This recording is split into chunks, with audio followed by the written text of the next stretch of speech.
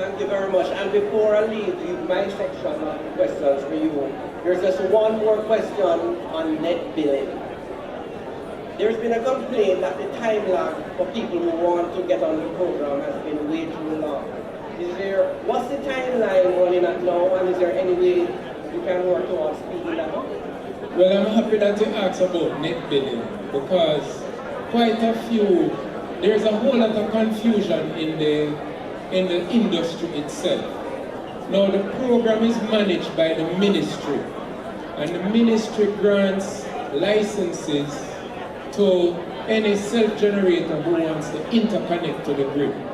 Interconnection seems to be a problematic thing for folks to understand because they do not understand what interconnection means, right?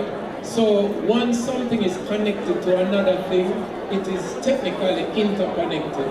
So even if you put solar on your premises and you do not export to the grid, you're still interconnected to the grid, and you therefore need a license. So even if you do not plan to export power, you still need a license. The telephone company, I remember, cable and wireless, I remember Flow. You have gone through more name changes than any other organization that I can remember. So, what's this big deal about this now change from the business unit to liberty? Great question, Andrew. So, yes, we have evolved over the years, right? But with this evolution comes a lot of change. The change here is focused primarily on ICT and digital solution. Historically, a lot of customers in Jamaica may have known us for connectivity, cable, landline, but we are able to provide what we call the ICT solution. Service in the cloud. We're talking about digital transformation. We're talking about cyber security. These are all the things that we are able to provide to business now that has evolved. And there's a huge focus, Andrew, where there's a strong emphasis on the one-to-one relationship with our small businesses. So historically, normally small business would just be in a queue with our regular residential customer, but we are prioritizing small business. We understand that the small business is the single largest employer in Jamaica. We understand that they are contributing over 41% to the GDP. We also understand that there is over 422,000 small businesses in Jamaica. And our thrust is to make sure that none of them get left behind with this plan. All right, thanks for that. Love the comment about and the recognition of small business at that 40% level. Question for you. What's the biggest digital gap facing Jamaican small and medium enterprises today? So, right now, I don't even know the proverbial saying where persons say that, listen, if it's not fixed, don't change it. And, we realize that there's a gap, one, with the tools to move, to get into the digital era. And the second one is from an educational level. A lot of our small businesses, they're not fully educated of how moving to a digital platform can help their business to be profitable, working smarter, and working much faster. So we have to focus on A, making sure that we have the tools for adaptation, and B, also that we're doing a lot of what we call thought leadership, educating small businesses around how the technology can enhance their business to do better from an economic standpoint. Thanks a lot, Dwayne. Dwayne, I have one more question for you. Now, historically, we have found that dealing with utilities, and I'm not singling you out, I'm talking about all utilities, is that it takes forever. In fact, we are relocating a part of our premises to a new location just to accommodate the sheer volume of digital equipment. There are digital podium, just so that you know. And one of the fears we have is how soon will it take to transfer lines. Generally, it's just a long time it takes to apply and get service.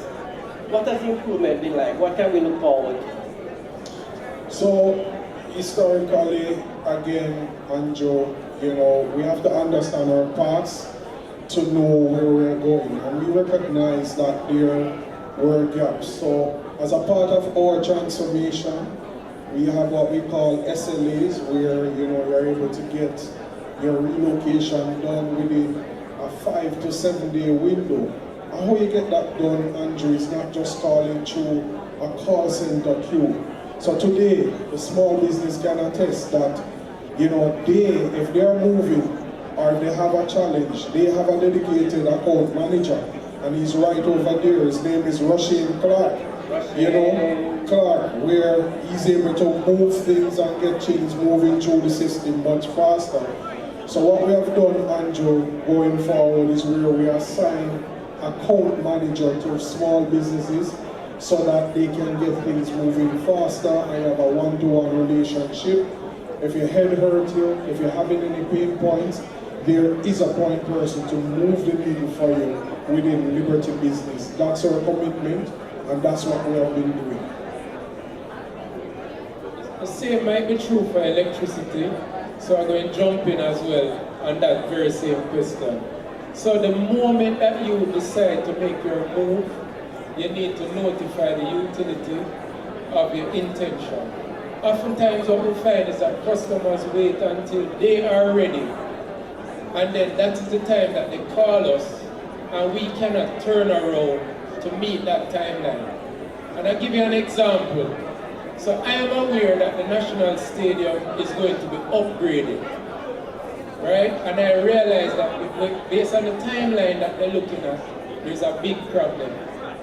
So I myself actually reached out because the massive electrical infrastructure that the new National Stadium will require, there's a whole different conversation that is needed ahead of time. Some of these things include long lead time procurement that is necessary for it. So I'm just saying that just to the example that you asked, even for electricity, the moment that you decide to plan your project, plan the electricity in it, reach out to JPS, and we can make the assessment and you can put that into your project plan so that your timeline and your project can be moved. Okay. Now I'm going to move over to the IDB. I must tell you that I've had a long relationship with the International Development Bank. They tend to work a lot behind the scenes. I can tell you from a small business association perspective, we appreciate the support of not just this conference, but all they've been doing in recent history to support the EBJ and all the programs to help small businesses. So I have a question. You spoke about supporting firms directly with programs such as the JDB Biggie. How important is the policy environment, and share with us how you work with government to ensure that the policies and the institution keep pace with the realities of small and medium enterprises?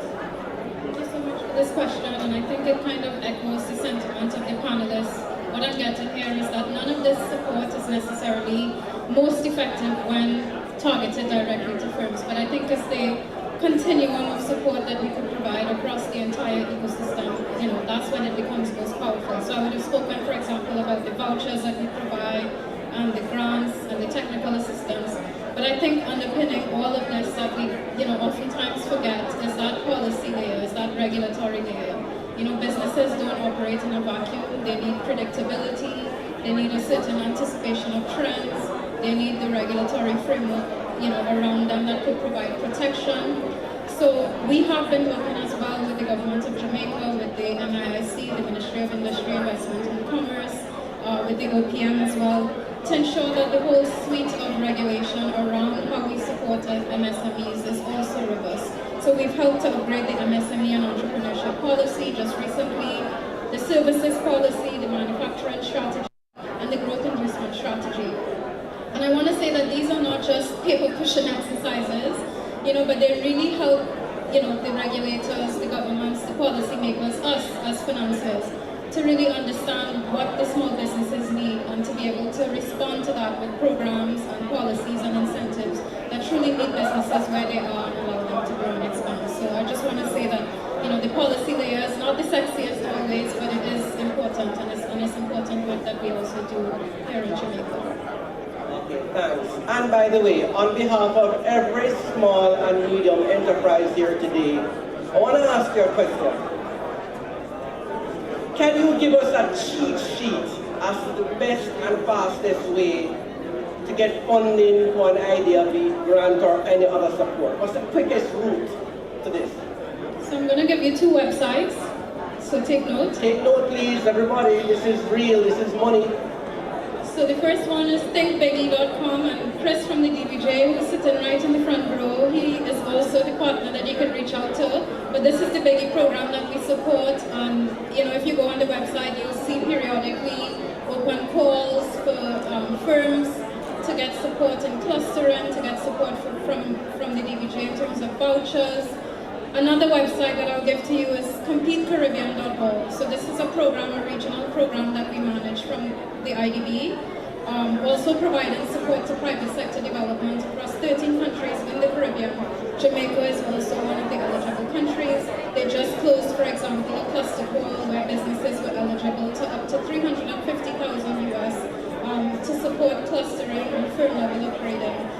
And they also have calls, so I will encourage you to go to those 2 websites, sign up for the newsletters, join the databases so that when these calls come out, you're on the list and you know about them. Okay, could I ask Chris from DBJ to stand, please, so we all see you? Sorry, Chris. Chris? Alright, Chris is the person to know, guys. Right? If you're serious about building a business and you need to interact with the Jamaica Development Bank to access any of these IDB funding. Okay, last question for you. Could you share with us, the Small Business Association, what are the greatest opportunities you see for the future? I'll give one main opportunity, and I think it's very underutilized, I think in the Caribbean, and that's clustering. So it's how firms work together either horizontally, so with firms that are also within your same sector, selling the same products that you sell, doing the same things that you do, or integrating vertically into supply chains. And why do I say clustering? Because we're in small markets, small countries, where small firms, micro enterprises often which make up the bulk of the business sector. And I think the message here is that we can't do it alone. So clustering offers that opportunity to leverage economies of scale. For example, you might be a small business that is shipping sauces and spices to the UK or to the US. You are not able to fill on your own a 20-foot, 40-foot container. But maybe by partnering with somebody in the same business as you or in an adjacent sector, you could fulfill that order. And I think it's important to recognize that, of course, while you might be businesses that compete in certain areas, your competitors naturally, you're fighting for market share, there are areas in which you could effectively pool resources and collaborate. And it's not to say that you would be giving away trade secrets or you're losing your competitive advantage, but I think it's simply recognizing those areas where it makes sense to collaborate with other firms within other industries or sectors to be able to leverage those economies of scale and reduce costs. It could be joint marketing, it could be the supplies that you might be bringing in from abroad, that we all share the same supplier and we lower costs. So I think clustering really for me would be the biggest takeaway or message rather that I would want to leave here in the room today for businesses. By the way, thank you so much for that last point, especially clustering. Guys, there's billions of dollars up for grabs in the near future. But sometimes you're just too small to take advantage of it. So that's where clustering comes in. You group up with somebody And again, you don't have to share secrets, you don't have, but you can form a collaboration to attack a bigger slice of the pie. So could I ask the Small Business Association and IDB to look forward to probably consider a sensitization session on just clustering, because it's hard. How do we even talk to somebody down there and say, how do we cluster? I think we need to be brought together under the clustering banner to say, listen, this is how you meet. This is how you join forces to compete for the big projects. Yeah, and I want to just say in front of everybody, I will commit on behalf of IDB. I think it's a great recommendation with the Small Business Association for us to do some sensitization. And we could, I think, definitely a great idea. Well, I'd like to thank our panelists, and before they go, please, I'm going to open the floor to questions. We're almost at time, so I'm going to ask you, please, questions only, keep it short. Could you tell us your name and what industry you're representing, and of course, to whom you're directing that particular question? Okay? Are there any questions?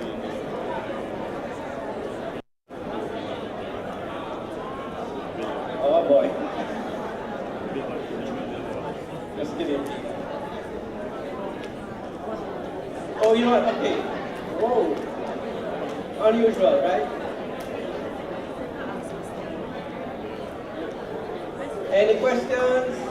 Just in case I missed it, for the solar conversation earlier, where you mentioned that the company must be licensed, how long would that process last, or would it normally last for you to be, prepared to get your license and so on? So the license that I mentioned has to do with the company who you're doing business with, right? So that company itself is a registered and qualified company to perform that type of service, right? The part on the license itself has to do with you, the applicant.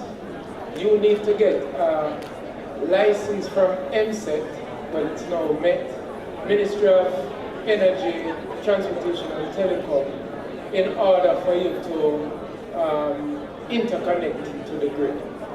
Right? There's a confusion around interconnection. I want to say it one more time, and I'm going to use an example.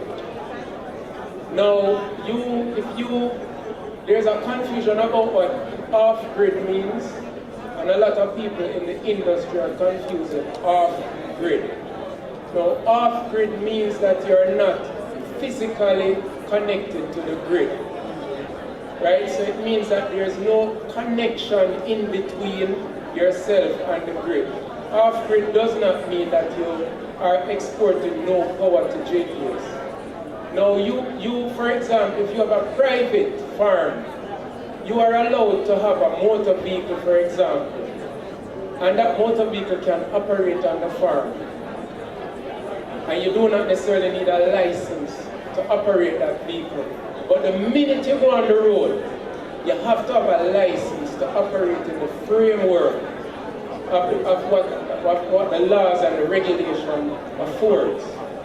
Now, a person, if you're totally disconnected from the grid, you do not need a license. You can put your solar in, supply yourself. You do not need a license for that. But once you're interconnected to the grid, you have to have a license, similar to putting a car on the road, or to put a boat in the sea to catch fish. All of these things are things that require licenses in order for you to do it. And there are laws and regulations that you have to follow. Thank you. Thank you for what you shared, but what I wanted was to confirm how long after applying would I get that license? So the ministry is the one who issues the licenses, and they typically can take 2 to 3 months. The minister himself has to approve the licenses. So it could be a bottleneck in that situation, I'm not sure, but that's typically how long, from our experience, it is. Thank you. Okay, any other questions before we wrap? All right. I have a quick question. second website that the IDB mentioned? We didn't hear. CompeteCaribbean.org. Thank you.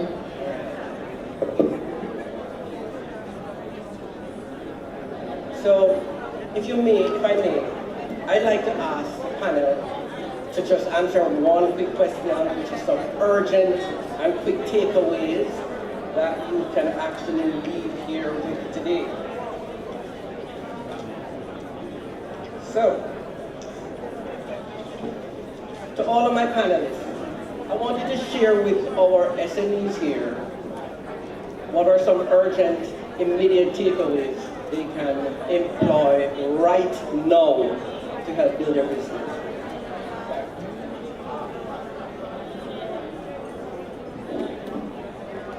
Right, thank you very much. One of the urgent, important takeaways that you can have is that JPS is practically fully digital. And most of your needs you can do with us using our mobile app.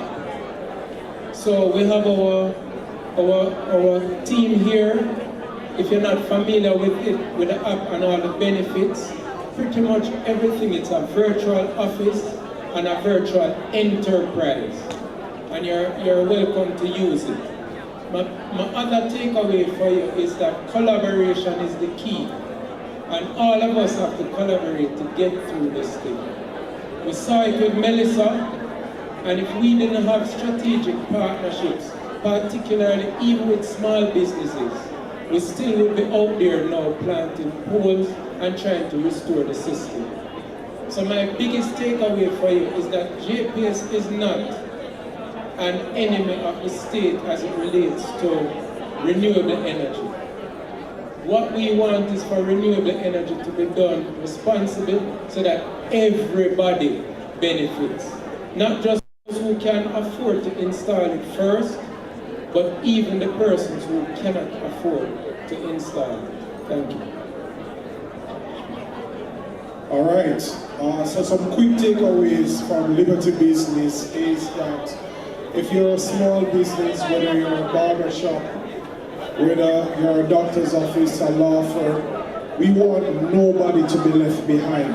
So if you don't have a website, you don't have an email domain, you don't have, a critical cloud storage, if you don't have e-marketing that can help you reach out to your customers, if you don't have Bitdefender, come on over to the Liberty Business booth. My team is there, led by Ms. Ferry Moody and others. You can talk to them. We want all our small business to move in the digital age and the digital paradigm, because we don't know when the next black swan is around the corner. And we just want to make sure that no small business get left behind. And finally, we want to let everybody know that Liberty Business is focused on small business, and we have solutions that's geared towards helping you win, working faster, working smarter, and being more efficient. Me finally going back to the point of collaboration. Maybe this is less of a takeaway and more forward. But I would say for small businesses, to look around, make a list of 2, 3, 4, 5 businesses that you think may have traditionally been competitors, but they operate in the same space. Think about a shared challenge, a challenge that you have that you think another business might be facing, and I would say reach out. You might be surprised at how much more you have in common and the possibility for collaboration. So that would be my bit of homework. All right, now listen, as I wrap up, I'm using this opportunity to just give me a minute here. Future-proofing is a fine ambition, right? But for many of us, and I can tell you from a small business perspective, the honest challenge is getting our business out of survival mode and into growth mode. Now, technology and digital innovation will help. And as you've heard this afternoon, you've seen how more accessible these tools have become. But to be clear, that's not the whole answer. And I'm encouraging you, SMEs, be knowledgeable in your field. Be the expert. Because in this world, with internet, everybody can compare prices in seconds. So what sets you apart is your knowledge. That is the edge. And I want to tell you, of all my years in business, I've never seen or never had this occasion whereby there's so much avenues for help. In our early years, we never had this. We never had an IDB helping. We never had a DBJ so focused on small business. We never had the political directorate make it as a policy directive to assist small and medium enterprises. We have now on the cusp of a procurement policy that's going to earmark some funds for small business association. This is huge. We have championed this for many, many years, and it seems like we're on the cusp of this all. So I want to encourage you all to get involved. I want those who are not members of the Small Business Association or the other like organizations, join, get involved, serve, join committees, offer your expertise, and build your presence. And before I leave, I want to leave one thought with you. This morning we had the honor of hearing from Chairman of NCB, Mike Leachin. I actually I serve as Deputy Chair of the NCB Foundation, and he wouldn't have said it here today, but I can tell you one thing. NCB, they've had good years and they've had tough years, we all know that. And what Michael Leachin did was said, no matter what, your budget to do good in Jamaica is unaffected. I don't care where the money is going to come from. Now, what I want to get across to you is that we have a responsibility in our own SME to do good. It doesn't have to be to the scale of an NCT foundation, but we all have it in us to donate our time, our energy, and our expertise to helping to make a better Jamaica. And I believe when you do good, it will come back around. And in doing so, you are introducing yourself to a new cohort of potential business opportunities and networking opportunities. So please, think of that, think of Jamaica, and I want to wish for you all the very best as you push through. Times are difficult, but I know with perseverance you will succeed. Please join me in thanking our panelists for an awesome panel discussion.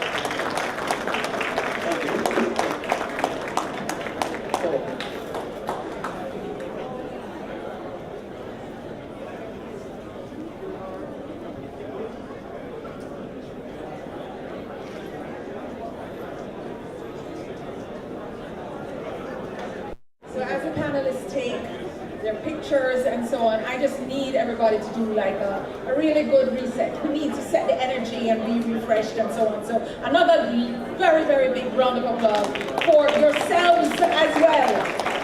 You know, man, you can do better than that. I really think you can do better. Get the energy up, man. Get the energy up, get the energy up. This has been such a really great, insightful conversation. And of course, the main takeaways, here we go. JPS as a mobile app, and everybody, it is their complete office. You can do business on it. Okay, collaboration is the key. As we know, this is 2026. You can't, no man is an island, and you can't do this thing alone. Liberty, no one is left behind. As you know, liberty means freedom. So if I want to free you from your pain, there are one-stop shop over there. So make sure that you go there because they say that nobody is left behind. Again, the word on the card right now is all collaboration, collaboration, collaboration.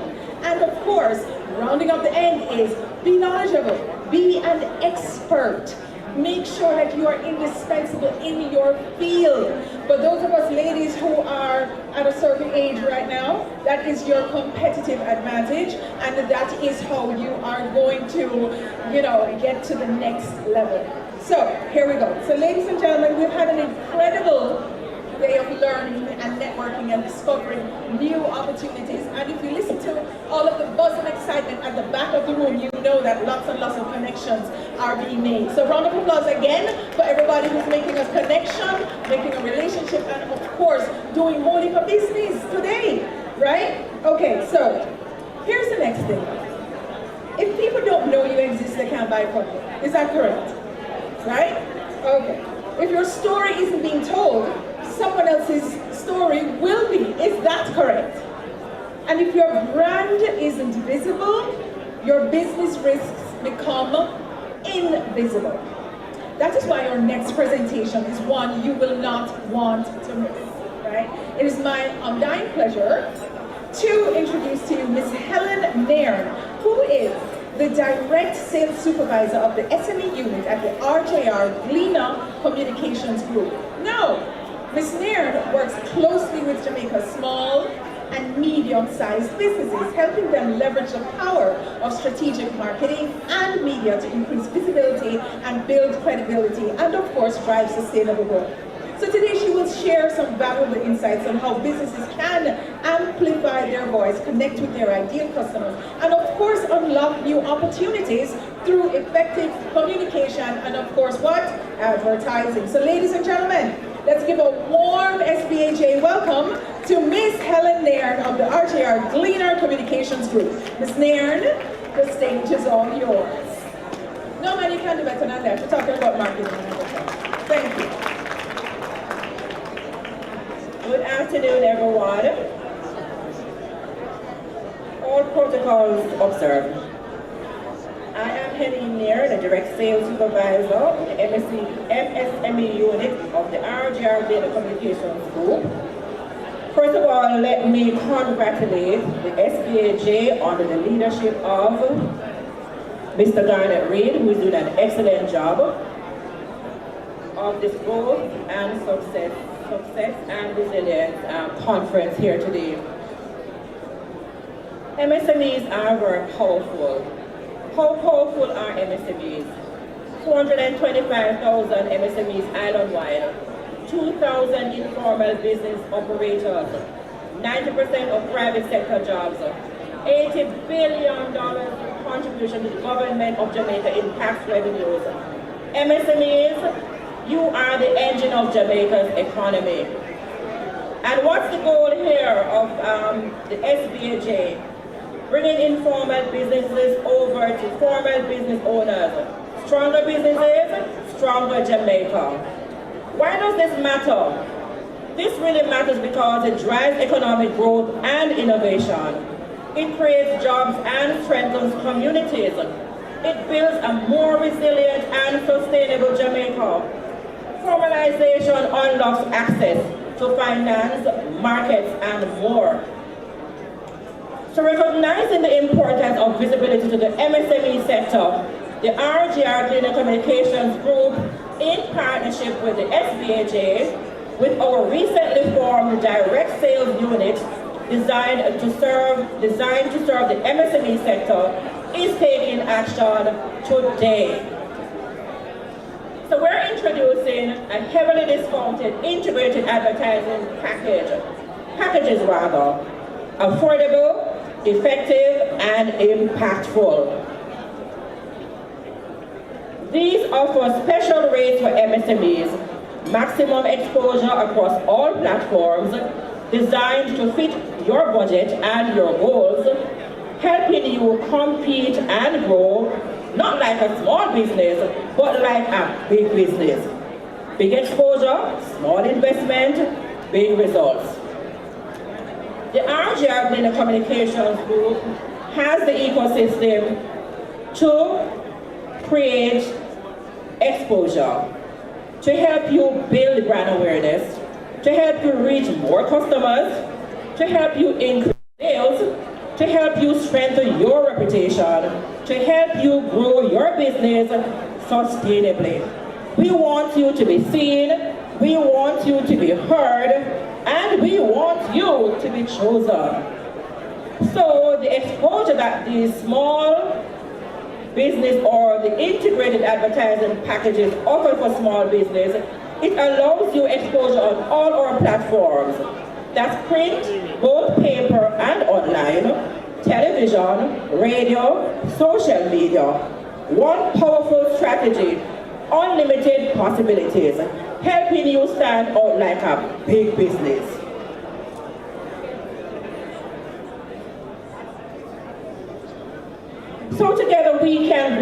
brand. We can help you reach markets, new markets. We can help you build customer loyalty. We can help you increase your revenue. We can help you create lasting impact. Stronger business, stronger Jamaica. When MSMEs grow, Jamaica grows. Jobs, prosperity, resilience, nation building. Let's build a stronger, more resilient, more prosperous Jamaica together. Thank you. Let's keep building. Let's keep growing. Let's keep winning. SBAJ and the RJ Global Communications Group, your partner in growth, your voice to the nation. Remember, big dreams, bigger plans, bold action. Let's grow Jamaica. Thank you for this opportunity.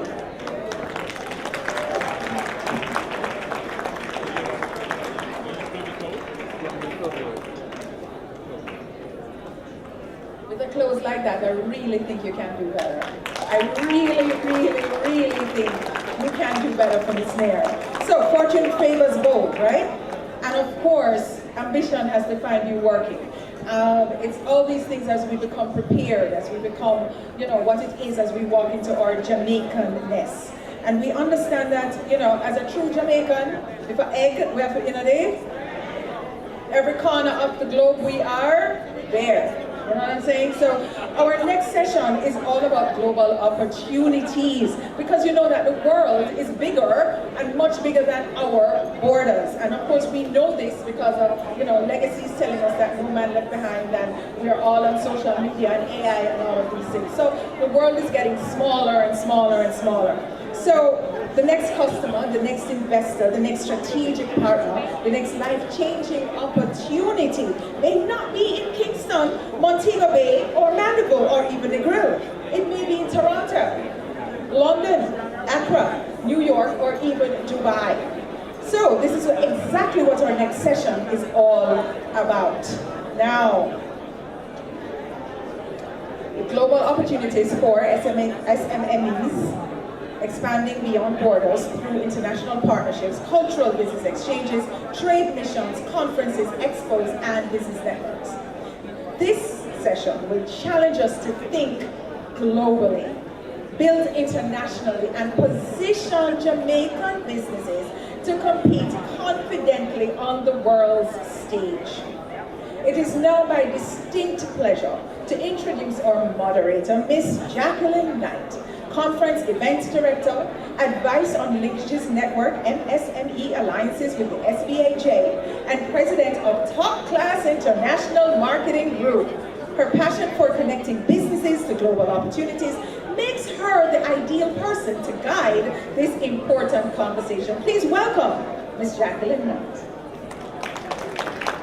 Her father, but she is on the market. Okay, so Ms. Gail Barrett, Acting Vice President, Investment and Linkages at Jampro. And of course, Mr. Derek Kavanagh, who is the President of the Jamaica-Ghana Chamber of Commerce. Ladies and gentlemen, these are the people helping Jamaican businesses move from local to global. Let's give our distinguished moderator and panelists a warm and energetic welcome they deserve. Miss Jacqueline Knight, you're Vincent Barnett. Oh, we just forgot Mr. Vincent Barnett from Bridges. He is CEO and founder, and we invite you to the podium and the stage. Thank you so very much for being here. All right. Of course, that is it. Let me tell you, when you guys bring your peeps must be there cheering you on. You understand what I'm saying? That is it. So everybody who has peeps in their body and should be like, woo, right now. All right, okay, so, Ms. Knight, the floor is yours.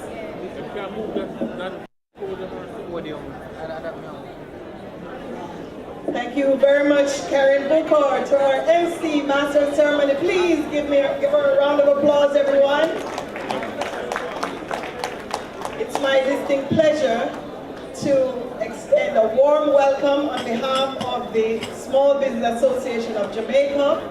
My passion has allowed me to be the right hand of our President, Garnet Reid, and to share a mission, vision, passion, and for this audience to open your minds about global opportunities.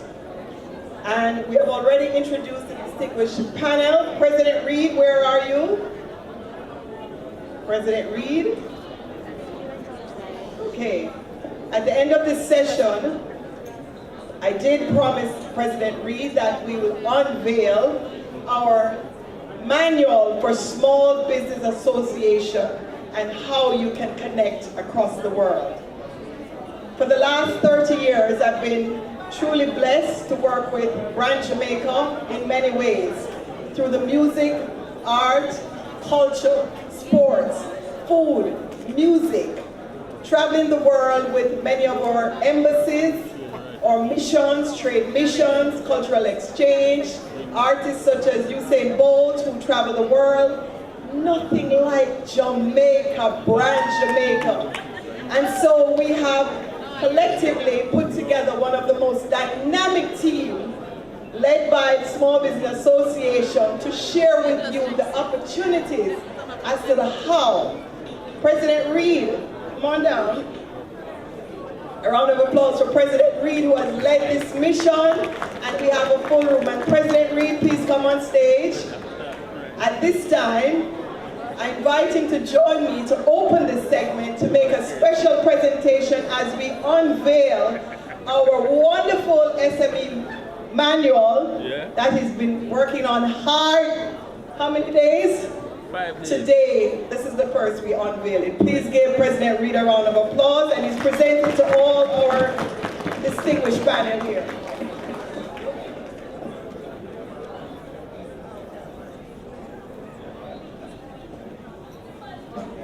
Yeah, move. Young lady with the bags just disappeared. Where is she? She still saw somebody else. Okay, we'll join the presentation at the end of the session. Or the bag them there.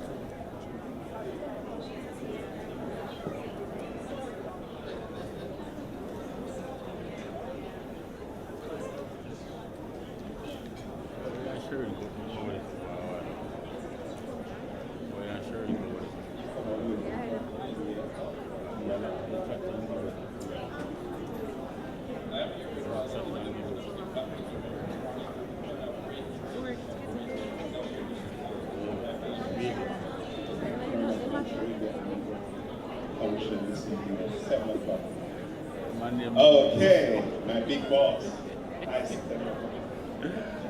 Watch your foot, watch your foot. Custom, wow. Big company, multi-billion-dollar company. Multi-what? Interventional.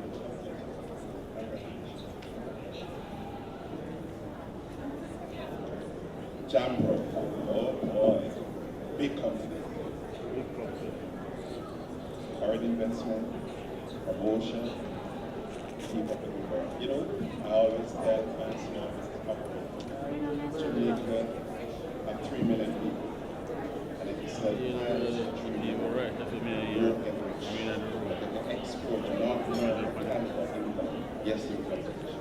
And so Jamco is taking charge. Congratulations.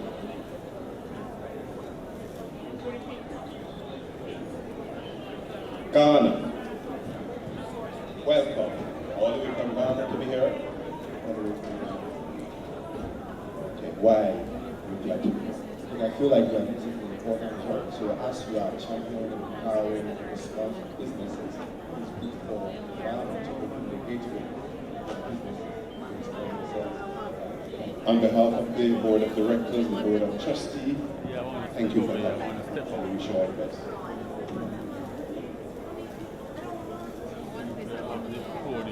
Bridget, which is Atlanta. So you why? I'm going for the conference because I believe that Jamaican businesses deserve to have a presence in the global marketplace. We'll talk about that. Yes, indeed, we're having it. Thank you very much all. And once again, congratulations. A round of applause for our President Garnet Reed, personally welcoming all our delegates here. I would just like to thank all our members or delegations that flew in from right across the world. A part of the delegation are the leaders sitting here. And let's see those from the United States that flew in. I know there's a delegation from Florida. All right, welcome, Ghana. And the list goes on and on. And so as we open this segment, please allow me to welcome and introduce Mr. David Mullins, one of Jamaica's pioneer financial leader that has been moving across various diaspora markets, global markets, and has been supporting fundraising initiatives in collaboration with the various embassies in various regions, in Florida, New York, Canada. And David will tell you a little bit more about his experiences relative to the recovery process since Hurricane Melissa, the number of organizations he has collaborated with in terms of bringing support to Jamaica. Ladies and gentlemen, a round of applause for David Mullins. Over to you, David.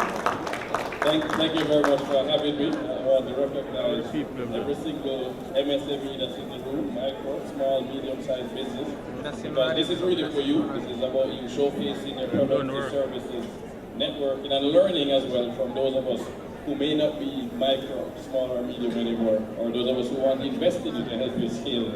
I want to especially recognize some of my shareholders in the room. I'm not going to call you out, but you know who you are.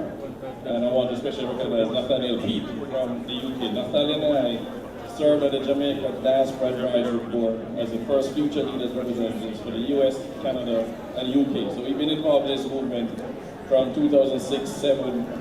We helped to plan the first and only ever Future Leaders Jamaica Diaspora Conference back in 2009 that was held here in Jamaica. And the reason that matters is because you called us future leaders back then, we are now leaders today, and I want to ask everybody else in this room to ensure that you are building resilience in your business by having future leaders in your business. Somebody is going to take over the business. You are not going to live forever. You need to be training other people in the systems, the processes, the decision-making framework that you're going to use. In fact, you get to learn more from somebody who is younger than you, preferably a whole generation difference, because they have grown up with some technology that is not native to you.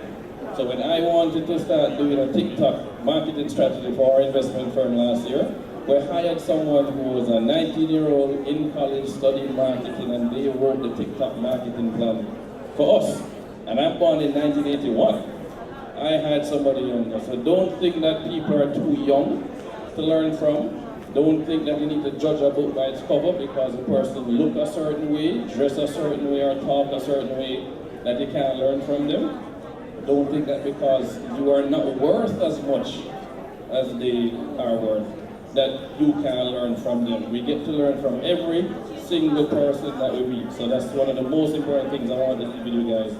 Last part for me, this is a growth and resilience conference. Jamaica obviously had one of the worst ever hurricanes that hit us. This is Hurricane Melissa, a year after Beryl.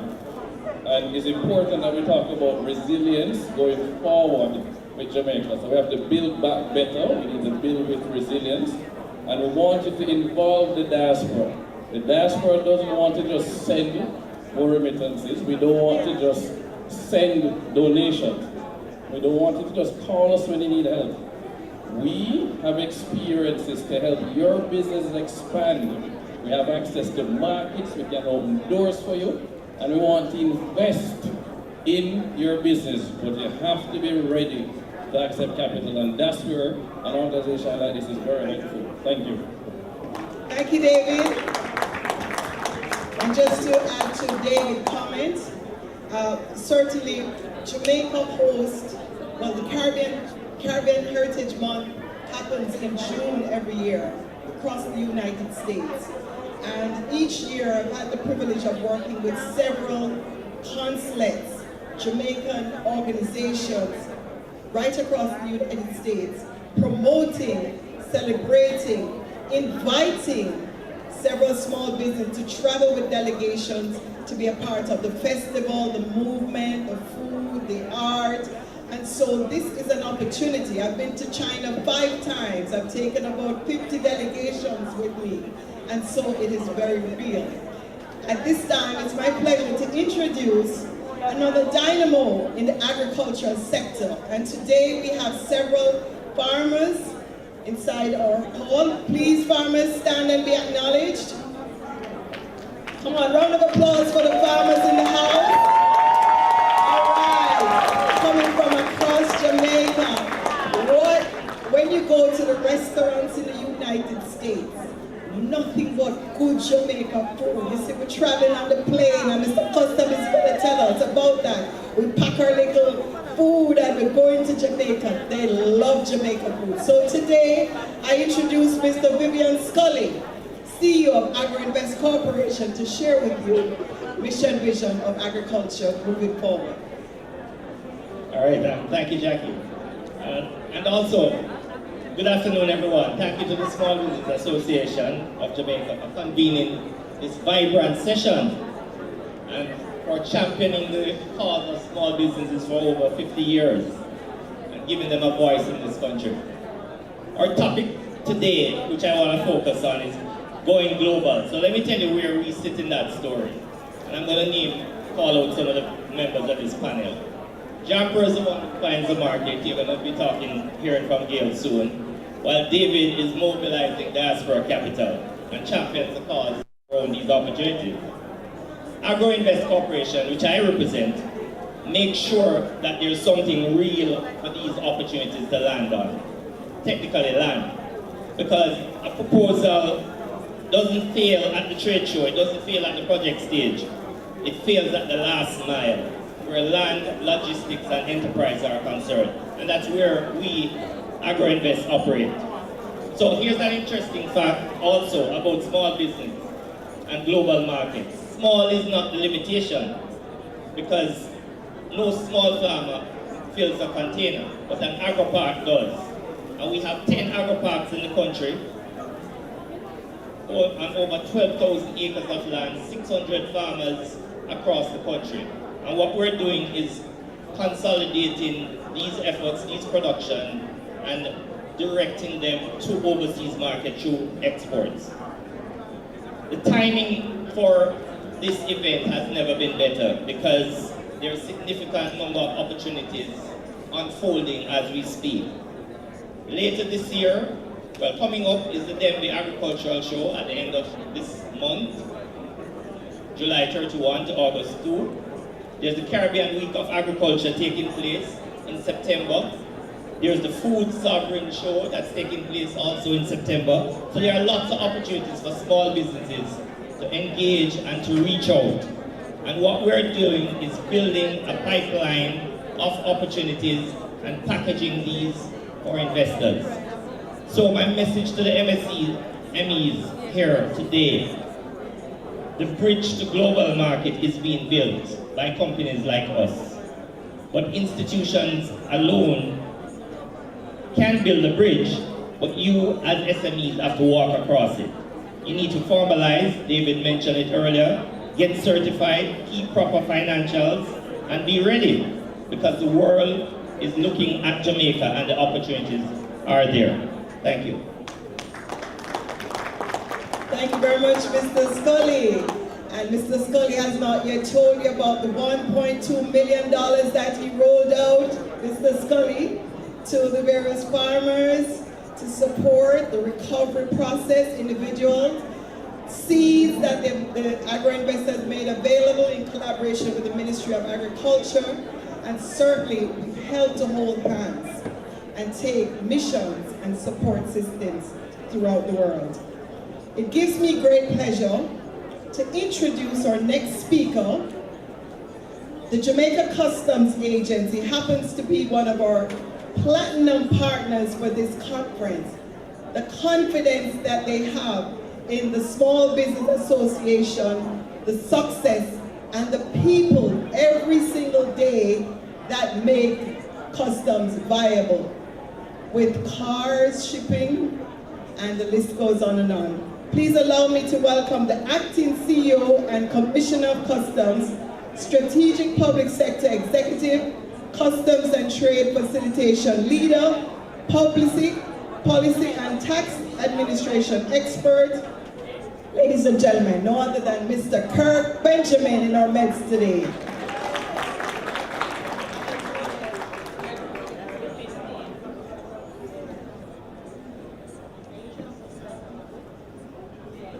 Good afternoon.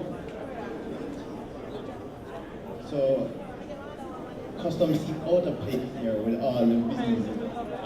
But I mean, I'm right in place beside John. But what is the important role of customs as small business conference? Chances are, not hearing? Oh, chances are customs is either your first point of contact coming in or going out. So you're a small business, you're more than likely importing some part or component. You are in agro-processing, you might be growing the products locally, but your packaging material more than likely will be coming from overseas. So with your fertilizer, you are in the printing business, your paper is coming from overseas, your printing machinery, your ink, and so forth. So customs play a very pivotal role. Now, over the last years, customs has tried to modernize our processes. We have set up a lot of electronic interaction. So we have the Jamaica Single Window for Trade. So that is a portal where you can apply for pretty much all your permits at a single point. So you're importing meats, you're importing products to make soaps or whatever. You can apply for that at a single point. So you don't have to be driving from your office in the country to go up to the Ministry of Agriculture to spend the whole day and go back and forth because something was wrong or you had the wrong document. You can just stay in the comfort of your home or your office and you can apply for the permit online, pay all the fees, and you will get your permit in an electronic format. Now, another thing is that I've been to a lot of conferences or when you have expos, and when I interact with small businesses, for the most part, a lot of them are unaware of the various incentives that the government offer.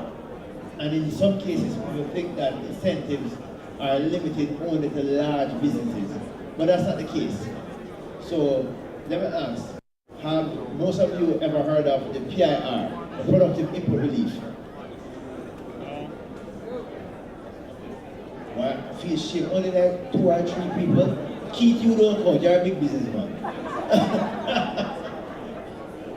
But, alright, so, very few. Now, what is the PIR? Let me just tell you very quickly.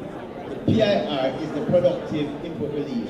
And what that is the government saying to you, if you're going to import products for manufacturing, then you can get most products, because it's not all, but there are some products that are restricted, right? But for the general person, you are a chicken farmer, for example, and you want to import the coop, right? The chicken houses. You can register with RADA, come to customs, and you can get to import that chicken house free of custom duties. You are a manufacturer of essential oils. You can get the bottles, you can get the labels, you can get the input materials free of import duty. But not only do you get it free of import duties, but the GCT is deferred until you are selling the product. So that right there is helping with your cash flow management, right? So the money that you would have to expend upfront to pay all of these taxes, in one case it is totally waived, and in the other case it is deferred until you are actually selling the product. But also in addition to that, the custom fees, the processing fees, you get a 50% discount on the custom processing fee.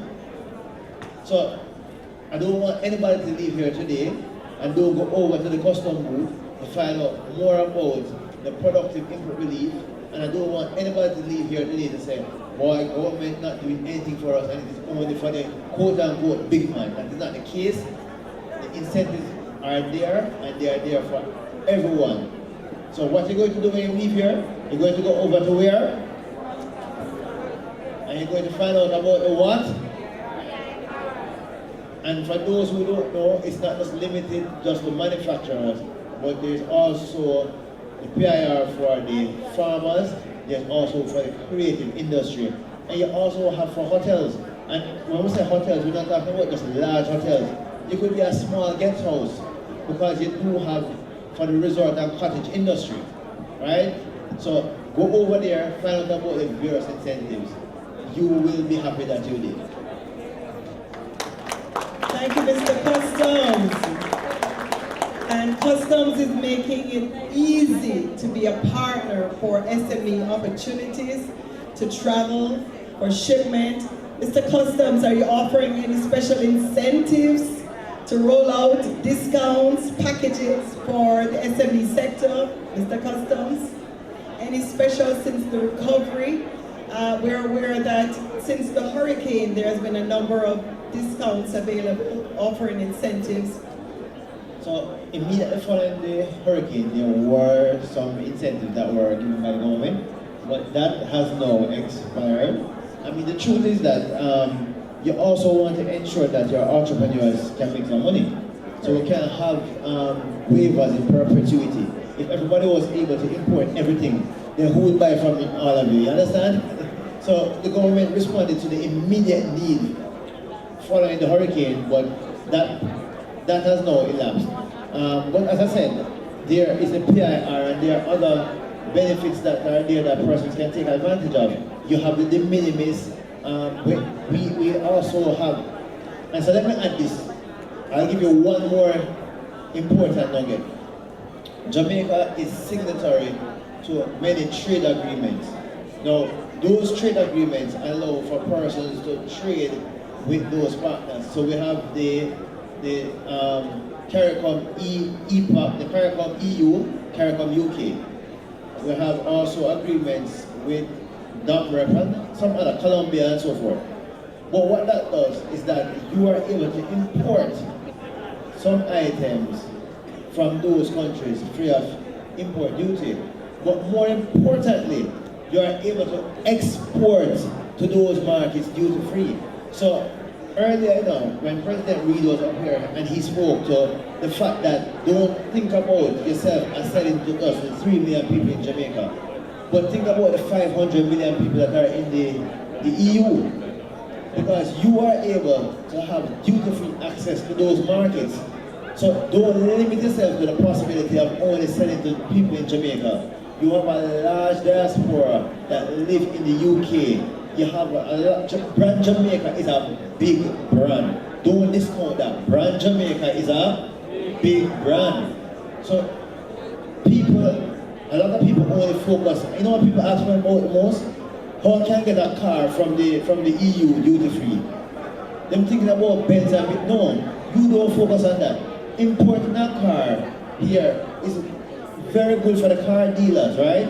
But you want to build wealth and you want to be able to export to the 500 million people out there so that you can buy the car from the car dealer. So it's all well that the car dealer can focus on that because that is their business. But your business is about selling products, and you don't want to be limited to the 3 million people that are on this island. You want to go to the 500 million people out there where the average GDP per capita is 3, 4, 5 times what in Jamaica. They're able to buy your product at a premium price because Brand Jamaica is a premium product. So that's another thing. I want you guys to look at the trade agreements and how you can export to these markets because we have duty-free access and we are not taking advantage of those markets.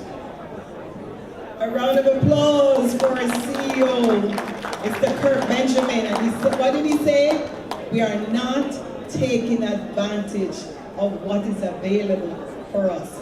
Mr. Production, at the end of this session, I'd like for you to open the floor for a few minutes, question and answer. Please prepare. And now, I take great pleasure in introducing another dynamic individual on the platform, Ms. Gail Barrett, Vice President, Acting Investment and Linkages Jampro Corporation.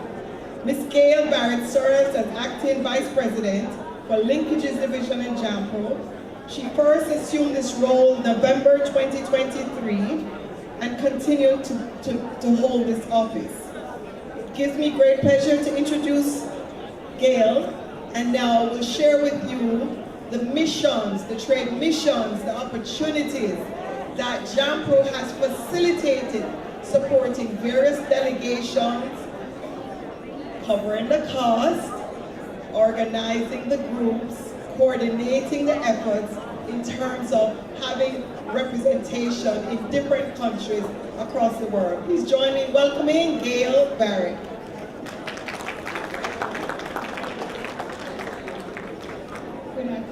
Good afternoon, everyone. Jamaica Promotions Corporation, JAMPRO, is the government's investment and export agency.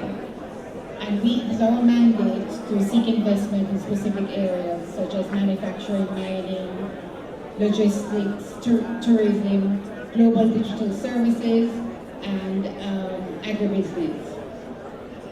We have a role, JAMPRO does have a role to move MSMEs from being local enterprises to being global and globally connected businesses through strategic partnerships, investor linkages, diaspora engagement, and targeted market access initiatives. We can assist our entrepreneurs to reach new markets, attract investment, integrate into global value chains, and build international competitive enterprises that contribute to Jamaica's long-term economic growth. Our export department has a program called Export Max, which is now going into its 5th cohort, where we assist small and medium-sized enterprises into accessing markets overseas. But they do other things, they do a lot more than just that. They help you with capacity building, mentorship, and market access penetration. This is where you get full guidance from our export department. Our investment division works with manufacturers also, and we also promote the productive input relief that you just heard Kirk talk about. You can also get information on that from JAMPRO as we facilitate our manufacturers in that area. And this is an incentive that's for manufacturers that is approved through through our government ministry, Ministry of Industry, Investment and Commerce, and we assist you along the route of accessing that incentive. So if you have any questions, you can speak to Customs, and you can also speak to JAMPRO. We have a tabletop at the back, at the rear of the building here, so you can always speak to someone there at the table about that incentive for manufacturers. The journey for exporters has about approximately 5 steps. The idea, your market research, which is business development, product development, your approvals and certifications, and of course then the markets. And that is where JAMPRO really comes in to assist. Jack spoke about us doing missions, overseas missions. We do many missions individually at JAMPRO and along with missions that our minister goes on, the ministerial missions to overseas markets. We have offices in Canada, New York, and London. And these offices are also open for diaspora to engage in those markets as they access information on doing business in Jamaica and how to access even suppliers in Jamaica. If buyers overseas need suppliers in Jamaica, we have those opportunities also with our offices overseas. Thank you, Gail. Round of applause for Gail. And sitting next to Gail, it gives me great pleasure to introduce the speaker. How many of you have a passion to get to Africa? I want to see in the room. How many have been to Jamaica? Been to Africa before? All right, sounds good. I am so excited about going to Africa. I've traveled to almost every continent in the world. And it is our home. We own it. Guess what? We are Africans. And so, in our midst, this has been a long conversation about expanding. When I look on CNN and see Africa is expanding, the clothes that we wear, the way we dance, the move that we take, the clothes, the hairstyles, Africa is coming here. About 5 years ago, the government of Jamaica, through CARICOM, brought in several prime ministers. And what did they say?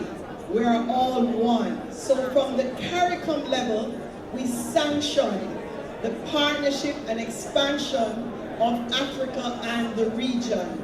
And so what is the next level? To convert that endorsement is now business to business, opening up the facilitation, missions. And so it is for us now to take advantage of Africans coming to Jamaica. We are taking our products, our music, our art. And it gives me great pleasure to introduce a man we met in Montego Bay, that's the Small Business Association at the Diaspora Conference, who promised to take all of us to Africa with him. 14 years proven track record in managing human resources, transport, customer service, inbound and outbound logistics, reverse logistics, purchasing, procurement, and outsourcing. He has multinational inspiring work experience supporting with humanitarian logistics and harsh environment. He's a military man from the British Army, and he toured medals in Afghanistan service and the Queen's Jubilee Medal. We're proud today to have in our presence a man on a mission, a vision. Let us introduce our foreigner flew in from London, I believe London, today to join us, Mr. Derek Caban. Thank you very much, Jackie. And good afternoon, everyone. And Wagwan, greetings from Ghana. I'm excited to be here, and I must say, a couple of weeks ago, Jackie and the President convinced me to come back, and I want to say thank you very much for inviting me. And I think they deserve a round of applause for putting together such an amazing event. So, as Jackie said, so my name is Derek Commoner, and I'm the President of the Ghana-Jamaica Chamber of Commerce. The Ghana-Jamaica Chamber of Commerce was set up 3 years ago, so I must say, in the past 3 years, I've been to Jamaica over 20 times. So it's been great. This year alone, I've been here, this is my 4th time, and I'll be coming back next month. What are we trying to do? Ghana is here to support and promote businesses. So what I like about what Mr. Custom said, that there are a lot of businesses out here that are looking at going global. Let me show by hands how many companies, small businesses that want to go global. Companies that want to go global, yeah. So we believe that as the Small Business Association is preparing all these businesses here in Jamaica, Ghana-Jamaica Chamber of Commerce is here to open the door to the global world. Basically, that's what we do. And in our office, we provide 3 key things. We provide the right access so that you are able to connect with the right people so that you can trade. Simple. So we use the words of ACT, ACT. It's that simple. So I don't do the businesses. I have equally Ghanaian businesses that are looking at connecting with you. So we made it so easy by working with partners like Jamco and other partners who I think there's a trade mission online happening later this month on the 21st. So we'll share the link happening. I think we were supposed to come to. Can you say that a little louder for everyone to hear? Yes, can you hear me now? Yes. Yes. Announce it. Who want to go to Ghana? Seriously. Let's go. Yes. So what we are trying to do is that we are looking at having the Ghana-Jamaica Investment Summit, which is going to be happening right here on the 1st, 2nd, 3rd of September. And we are bringing in 50 CEOs from Ghana. They are flying away from Ghana to connect with businesses, so be small scale, large scale, and we are here for 1 week. So if you haven't already registered to be part of this summit, my team is back there.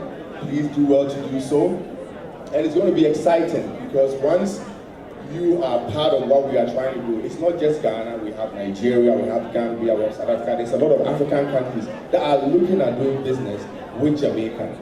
We just have one of our members, Supreme Ventures, which is doing very, very, very well in Ghana. I mean, I think they've done excellently well, and we are working with other key companies that are looking at coming to Ghana. Because if you look at it, Jamaica is 3 million people, Ghana is 35 million people. So if you are selling to 500 people here, you will be selling to thousands of people. So it's all about the numbers. So just make sure you think about the numbers, and if you are looking at going global, I am the man. Thank you. All right.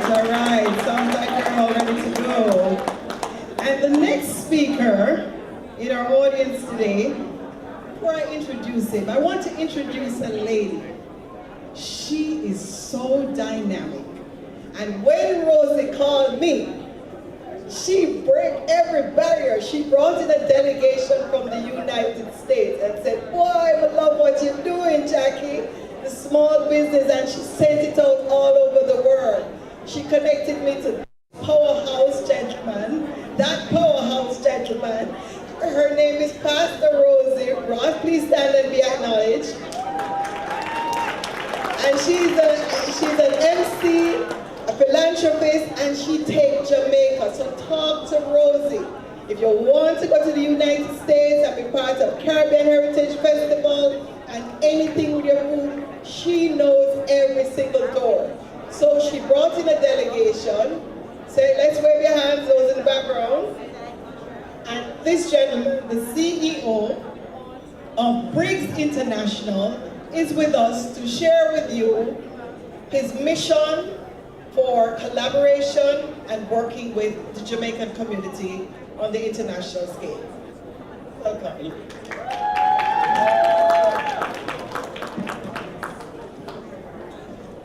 Good evening, everyone. Can we give the SBA a round of applause for this event?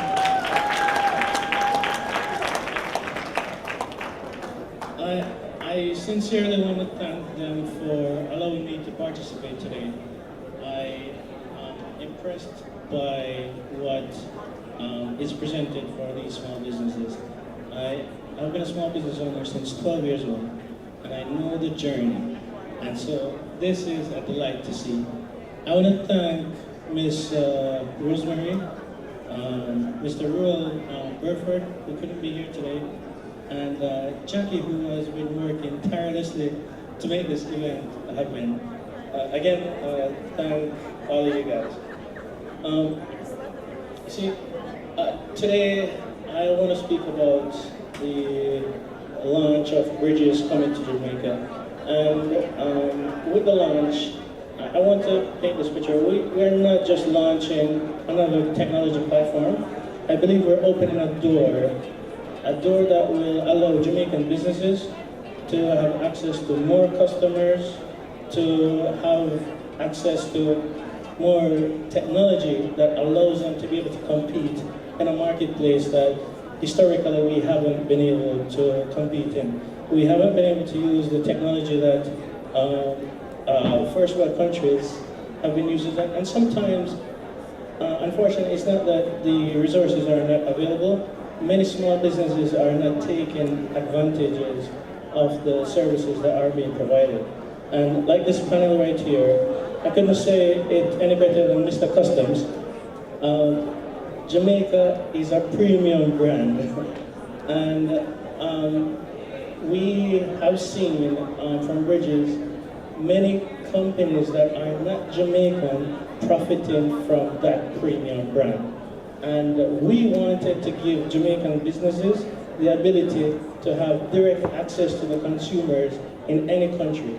And so we are launching the Bridges Marketplace for the first time in any country in Jamaica. So Jamaica will be the launch marketplace for Bridges Marketplace, and that allows a business in, say, Kingston selling to a customer in Montego Bay, or an entrepreneur in, say, St. Elizabeth, having their products being displayed in New York, London, wherever consumers are, they can go online, purchase that product, and have it shipped directly to that business.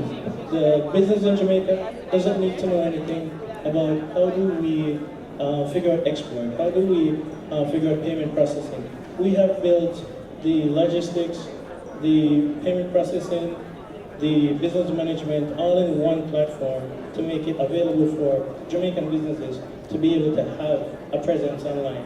And the goal for us is that this becomes the norm. This becomes where Jamaica as a brand is represented, and we have the tools, we have the capability to be competitive on the global marketplace.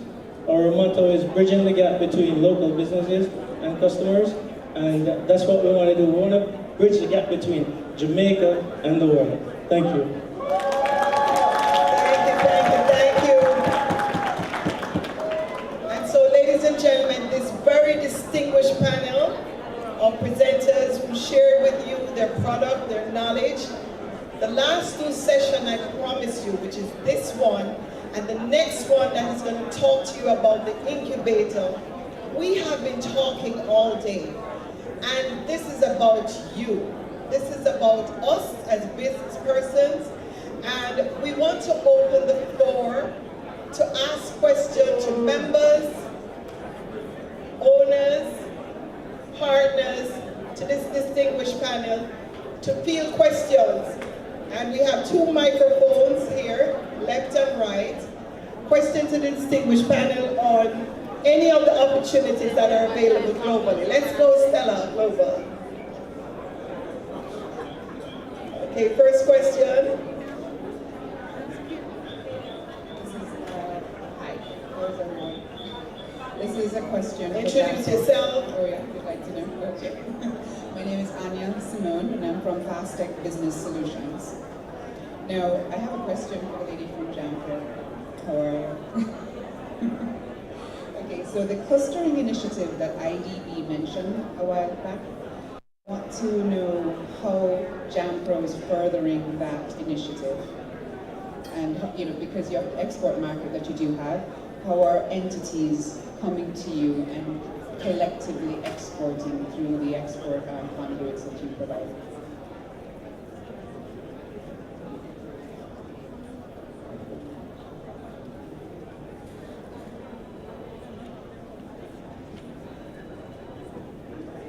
Jamco has always worked closely with organizations like the BBJ. And if you are a Jamco client and seeking to access some of these finance or funding that you mentioned, that you're speaking about, Jamco can also facilitate, they'll guide you as to how to apply for the incentives that the financing that they're talking about. And we also help you in looking at the markets that you need your products to reach.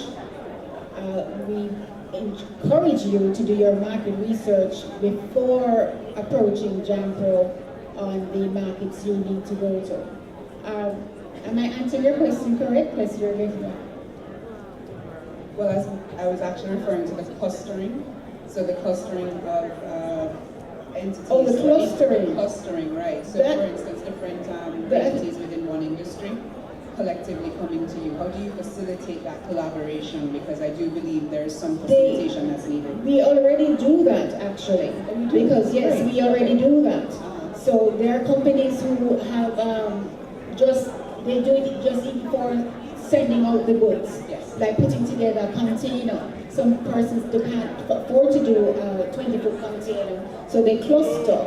They do get together and cluster to ensure to make one shipment, whether it is to Canada, the UK, or New York, Atlanta, or wherever it's going. So Jamco, we already do facilitate that, and we've been doing it for years. So do we tell the small businesses here to come to you and inquire about that regarding their industry? Our export department can do that, and we, as I mentioned earlier, we have a table, a small tabletop over here, and we have someone from our export department that can guide them on exactly how they go about that. Thank you. Thank you very much. My name is Rosemary Roth, and I have a question for Mr. David Mullins. Mr. Mullins, I've been gone from Jamaica for about 50 years, and I'm going to come back home. But I found out that is Jamaica for sale? Is there any way that I can participate in owning a little piece of Jamaica? Can you tell me, and how much? Wow, I like that. I think Vivian is going to have to answer that part as well. I think both of us. So obviously, Jamaica is for sale. We see for sale signs everywhere. We have Stella Global Realty here who had me at an event at Paradise, for example, showcasing what other people want to buy as foreigners in some cases. So you're not a foreigner, you want to come back home. What I've been saying to people is if we don't invest in Jamaica, we as Jamaicans don't buy Jamaica, who is going to own Jamaica in 10 years' time? So that means it can't just be us coming back, right? You're coming back. And what I would say to my fellow members of the diaspora, we cannot be coming back and buying up all the real estate and pushing out local Jamaicans. We need to make sure that we are investing down here to help local Jamaicans be able to afford houses. So we, the diaspora, should invest in building affordable houses for local Jamaicans. Don't buy 5 of them to put an Airbnb and we are not here. Help build 5 for local Jamaicans who can then buy them. Our teachers, our nurses, we can't survive without them. So that's number 1. Number 2, we in the diaspora can invest in healthcare, for example. That's the biggest concern we have in moving back. The healthcare system has had upgrades, but it needs to do better. So we can play a role in that one. But number 3, and I think is the most important one, is that we have a food security problem in Jamaica. When we are abroad, we want the Julie mango and the Bombay and the Ackee and the breadfruit. Some of you want jackfruit. I don't like jackfruit. Don't like how it smells. I know Vivian is going to say there are people who want the jackfruit. Jamaica imports more than 1.8 billion US dollars per year of food. And if you are going to come back here, you want to eat authentic Jamaican mango. We should invest with those farmers and allow them to go up the food chain, and we want them to go up and upskill ourselves, so that we don't want to think of them as farmers anymore. Vivian is going to jump onto what they need to be. So don't just come back home, bring in knowledge, bring in capital, support local Jamaicans, and then affording what they can buy, support local Jamaican businesses, help them with your networks, help them time, talent, and treasure. Those are the 3 things I'm going to say. Bring in time, talent, or treasure and help them. Treasure is an investment, talent is the knowledge you have, and time you could volunteer and help. That's what I wanted to do. Thank you very much, David. And just to follow on that question, Rosie, I'm going to shoot to Sir Vivian Scully, because I just finished working with him on the International Agricultural Expo last year, and I know lands are available for people. So tell us, Vivian, exactly what's going on with the agri-parks. And how people can get land. Jackfruit forms the basis for pulled pork. It's a huge opportunity in North America. If you just want to eat the raw food, you can convert it to an agribusiness into pulled pork, which is a huge demand in North America. But the question was around whether land is for. How do you buy a piece of Jamaica? Well, what's for sale? You can actually use land in Jamaica without actually buying it, because we are the holders of over 12,000 acres of prime agricultural land. And that's a platform for creating agricultural production to direct into agro-processing, create value for that 500 million market that my colleague at Customs mentioned earlier. The opportunity for Jamaican produce is not just in Jamaica, it's across North America, US and Canada, UK, Europe, and you're talking in the millions of persons in demand versus the 2.8 million persons here in Jamaica. Even here in Jamaica, you're looking not just at 2.8 million persons, you're looking at close to a 5 million person market here with the expansion in the tourism industry. So there's also stocks in Jamaican companies, stocks in Jamaican agribusiness companies. which are doing extremely well on the local stock market. And that's another way to buy a piece of Jamaica and participate in the future of agriculture, if you're not directly involved. All right? So, over to you. Final round of questions and final question for Mr. Benjamin. So, can you share with us quickly, CEO, the category of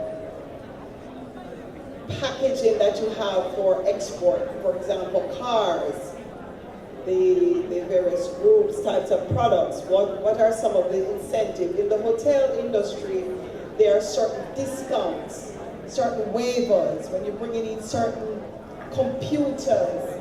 What are the various incentives that are available per sector, per product? For example, cars. Am I making sense? No, no cars. So let me put it this way. The cars are not something that are giving us an incentive.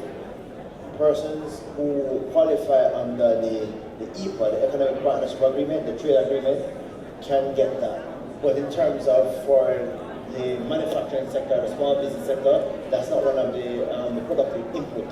So you can get your machinery for your production line. You can get the various packaging material for your production line. You can get raw material for your production line. Well, cars would not be that, because remember, for the most part, most people bring in a car for social domestic purposes. But what the government is looking at is they're giving an incentive for job creation. So when you are going to be the manufacturer of, say, coconut-based products, you're going to bring in a machine that is going to take the coconut husk and turn it into coir. You understand? And so you're going to employ 5, 6, 7, 8, 9, 10 people that will be on the line, and so you will get the raw material, you will get the machinery and so forth. As I said before, you have different types. You have for the creative industry, so you could be a music producer, and so you are able to benefit from the incentive to bring in the various equipment to produce music domestically. You could be in the business of creating products for the tourism sector. So you know, a lot of persons bring in things from China, but sometimes tourists don't necessarily want the mass-produced items. They want some authentic Jamaican items. So for example, people buy the leather slippers and they like those things, the nice craft items. And so you will be able to get the incentive to bring in the raw materials, some the leather products, the thread, the industrial machine that you need to sew these things and so forth. You could be a dressmaker. You would get the incentive to bring in the raw material, the fabric, the sewing machines, and then you would now create your final products that you can now sell as authentic Jamaican products. So there are different incentives. That's why I said I encourage you to just go over. Don't just say, oh, I don't think it applies to me. Go over. The team can guide you, even if it is that you might not find a specific incentive, but they can show you how you can better streamline your business. A lot of time, you also have persons who come and they say, oh, I have a broker. When you check, it's not really a broker. And remember also, we have the de minimis, so you might be a small business, and the de minimis does allow you to import up to $100. So you might be carrying a sample and it's under $100. The government will allow you to carry that in because it is within the de minimis. So come over, have a conversation. We're here to serve you. Thank you. A round of applause for our platinum partner. And as we levy our final questions to the panel, I see one more question. Let's go. He's going to ask a question, but I have a final question for the gentleman at the end. Since I've been back here, I haven't seen a donkey doing any delivery. Could you tell me, how are you planning to deliver these products that you're proposing? And I yield. Good evening again. Thank you for that question. I'm glad you asked that because we believe that the Jamaican businesses should play a pivotal role in what Bridges is. And so we're partnering with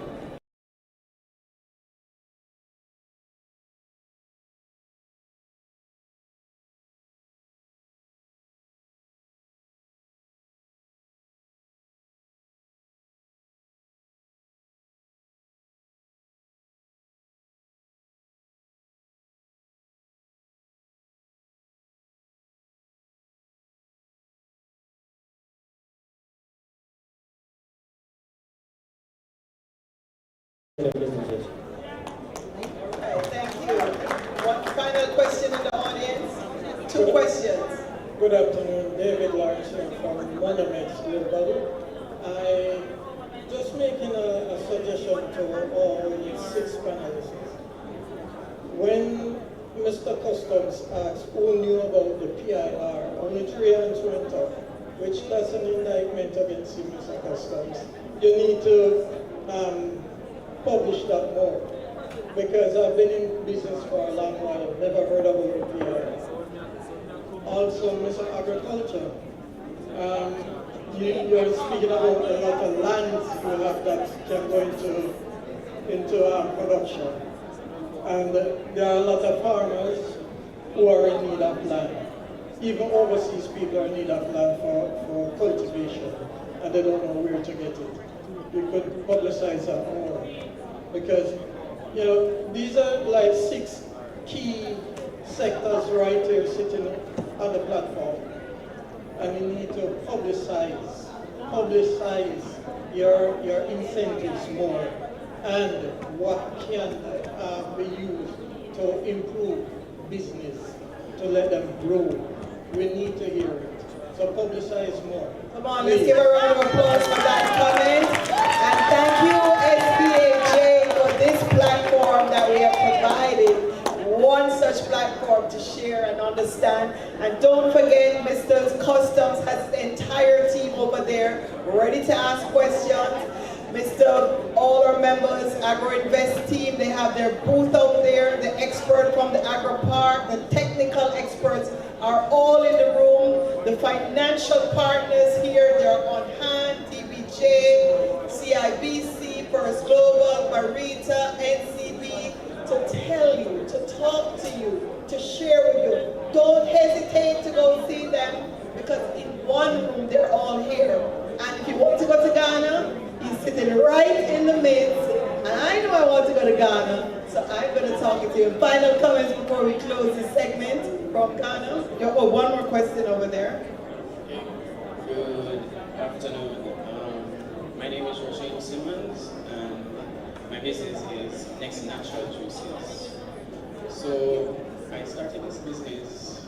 This is a micro business I do, and I'm trying to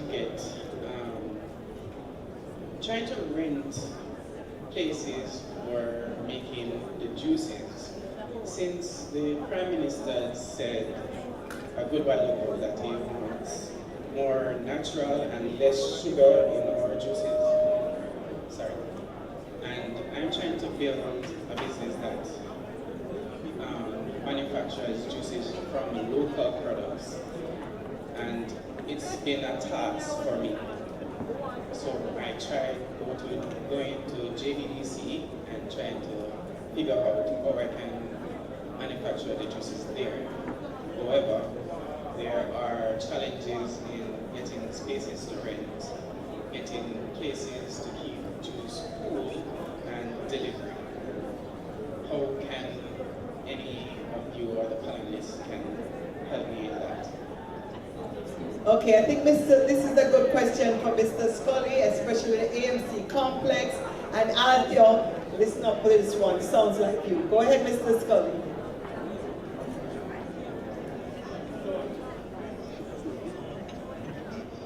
If I heard you right,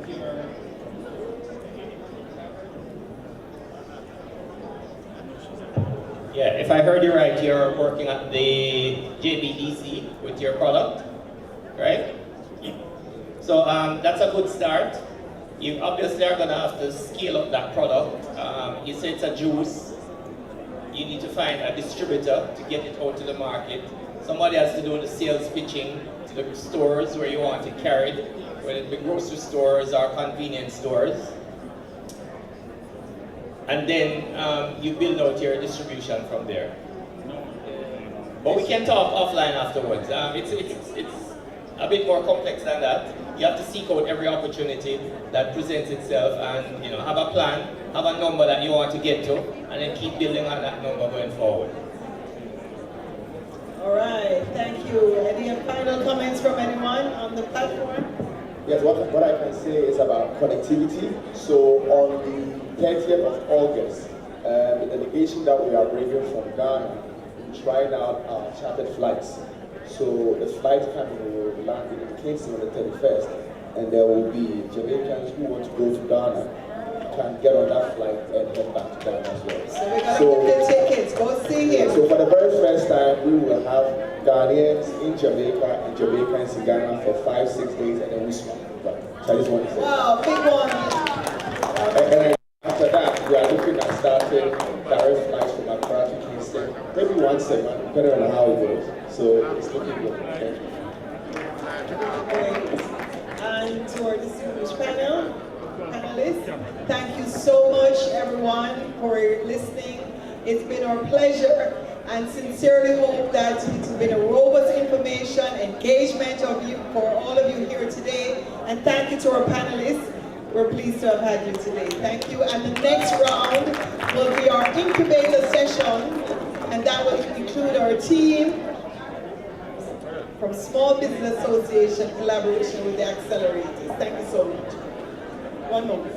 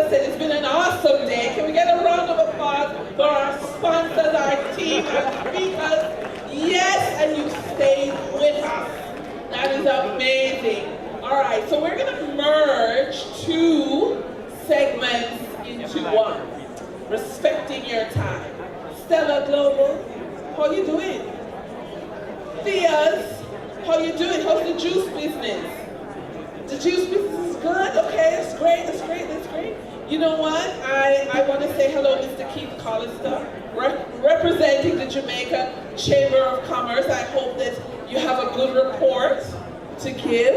Yes. I just want to thank all of our partners, CIBC. I don't know if they've all disappeared. Can I say thank you, NCB, JPS, Aspen Stock Exchange, El Mini, Companies Office of Jamaica, the Social Development Commission, DBJ, Jane Bank, Liberty Business, Sagicor, Jamaica Customs Agency. In case you did not know, this one-day working conference, and I hope that everybody has been working, has been networking, has been meeting. This was the concept of President Garnet Reed. Where are you, Mr. Reed? Yeah, hello, how are you, sir? And so what I'm gonna do, because we're merging, I'm gonna hand over the mic to Miss Design Diva. Yes, redecorating Jamaica, one living room at a time. Yes, ma'am, come on up and take the mic. Thank goodness that we women are three-dimensional and we don't just do one thing. It's because today that, I'm wearing the hat of MC and I hope that I am doing a fair job. So, without further ado, here is the situation. As you've just heard, we are merging two of our segments and we are now into the fireside chat. We've explored formalization, we've discussed financing, we've discussed technology, innovation, sustainability, international opportunities, and we've heard from experts, policymakers, financiers, and industry leaders. But now we arrive at perhaps the most important part of the conference. This is where your voice becomes part of the conversation. Because the future of Jamaica's MSME sector cannot be built for entrepreneurs, it must be built with entrepreneurs. So our next session, which is merged with the incubators, correct, is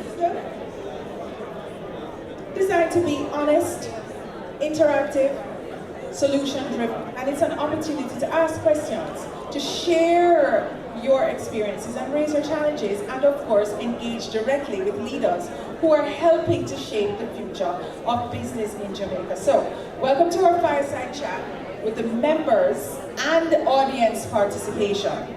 Guiding this conversation is an accomplished entrepreneur. Sorry, my technology not working out for me today. Join me in welcoming our moderator, Mr. Nathaniel Pete, an award-winning entrepreneur, advisor to Lloyd's Banking Group, and co-founder of the EY Foundation and BJCC. Mr. Pete, would you join us on the stage? A rounding standard. Oh, come on, guys. You can hear all of these acclamations going on. Okay. So joining Mr. Pete are an outstanding panel of leaders representing organizations that are driving entrepreneurship, investment, skills development, and of course business growth across Jamaica. Please welcome Mr. Dr. David Lowe, Managing Director of the Development Bank of Jamaica. Is Dr. Lowe here? Okay, all right. Mr. Peter Thompson, Executive Director of the 4-H Clubs of Jamaica. Him I want to see. Is he here? He's here. He's coming. Okay, great. Mr. Marlon Johnson, Senior Programs Director for Apprenticeship and MSME Support at Heart and STA Trust. Representatives from the University of the Commonwealth Caribbean Business Accelerator Center. And leading up the rear, last but not least, this beautiful lady over here in blue, Miss Andrea Livingston, Business Accelerator Consultant Extraordinaire. Would you join us on the stage? So ladies and gentlemen, don't be shy. This is your, well, you know what, we're all bold. We have businesses, and this is not for the faint of heart. So it's not like, we are shy and we're not asking questions. So this is your moment to challenge the panelists, ask disruptive questions, create some tension, and Ask the questions that matter. Share your ideas. Challenge the conversation. Together, let's explore practical solutions that will strengthen Jamaica's MSME sector and build a more resilient future. Please give our moderators and distinguished panelists a warm, I know it's late in the day and I know you guys are kind of fading, but I need a SBAJ welcome from you guys as we run up there. Thank you so very much. All right, thank you. So we're going to invite everyone to have a seat, and we are, as I said, we're merging, so there's a little bit of a change, so bear with us, so please have a seat.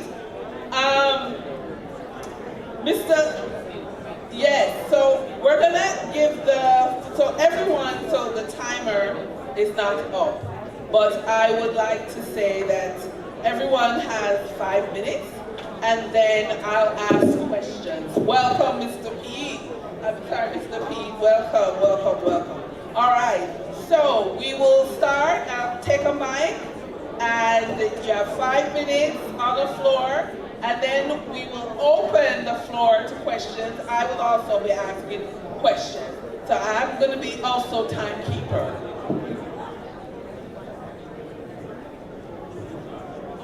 Could you introduce yourself one more time? All right, everybody. Everybody say shift. Shift. No. All right. Everybody say shift. Shift. No. I want you to say, everybody say shift. Say adjust. Say rise above it. Now, the thing is, my name is Nathaniel Pete. I failed my exams. I had to struggle through a British system where they said my skin was too loud, my accent was too strong. And the thing is, through perseverance, say perseverance. Perseverance. Through determination, I managed to achieve a lot. I have a solar company operational in 4 countries in Africa. I qualified as a pilot. I have another organization, the Safety Box, which works with at-risk young people in the United Kingdom.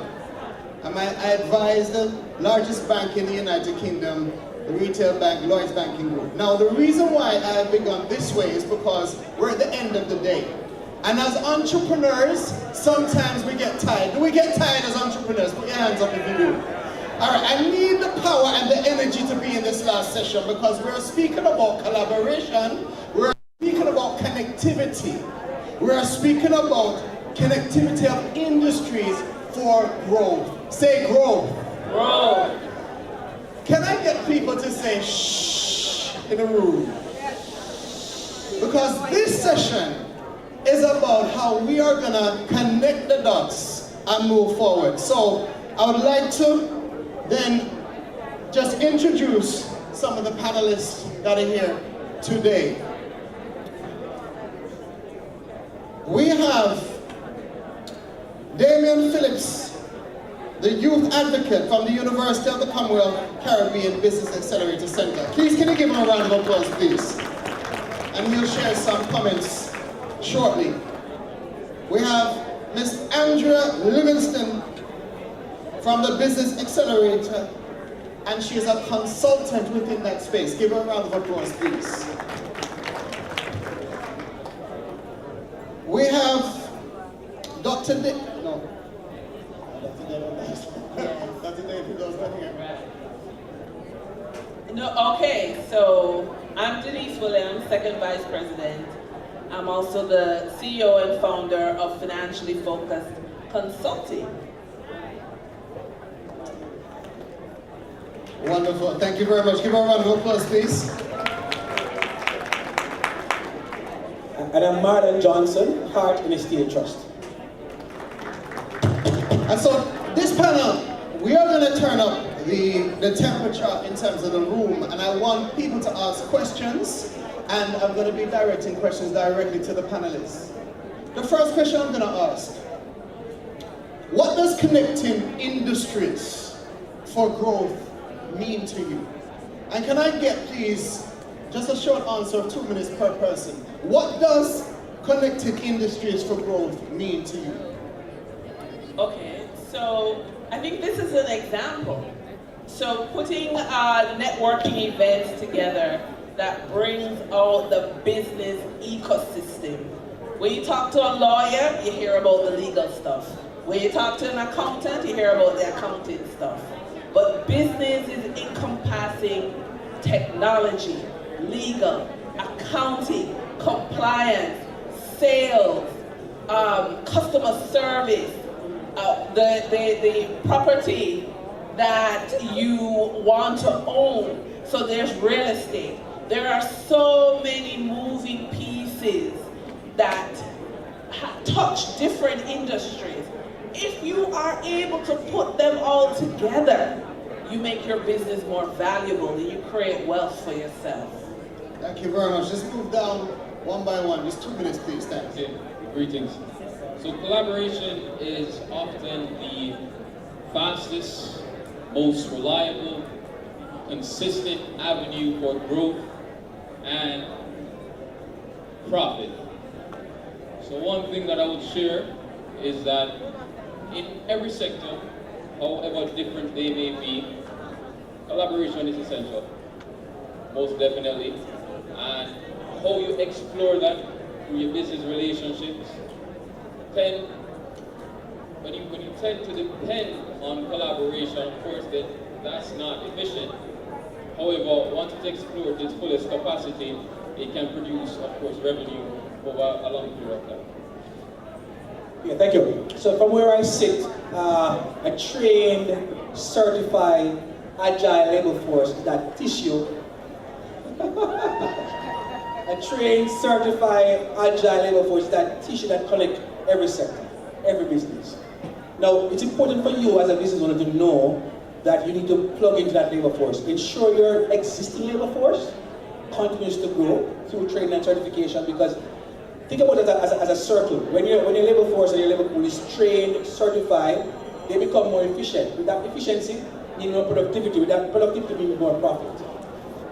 So I want to see what it is for you as the business owner. So ensure, so that's the existing labor pool. But you also need to ensure a pipeline of new skill comes in.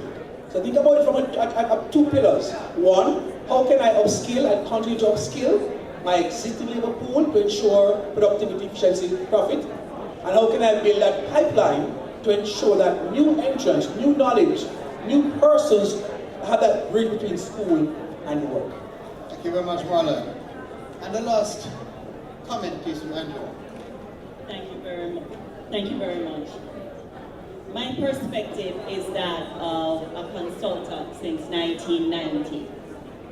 So in management consulting, we have to focus on the magic that is to be created for our clients through services. Knowledge, skills, discipline, focus. And in doing that, we have to find the resources for our clients. What does that mean? That means that if we need another body of knowledge, we have to partner to deliver. And that reduces our cost.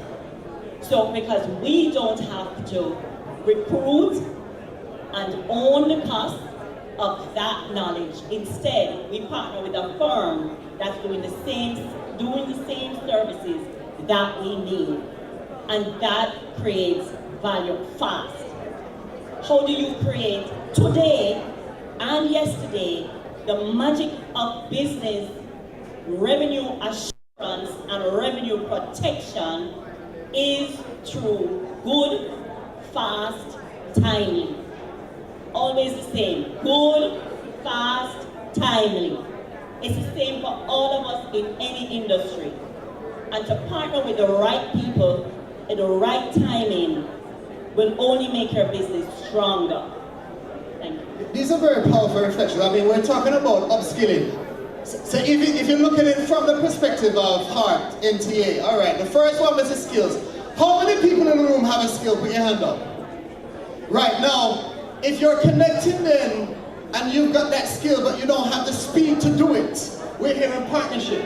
And so the next pillar is partners.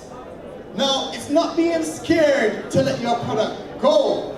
It is actually being in a position to understand collaboration, and that's where contracts have to be strong for the partnership. So don't be scared to let your baby go, but instead have good contracts.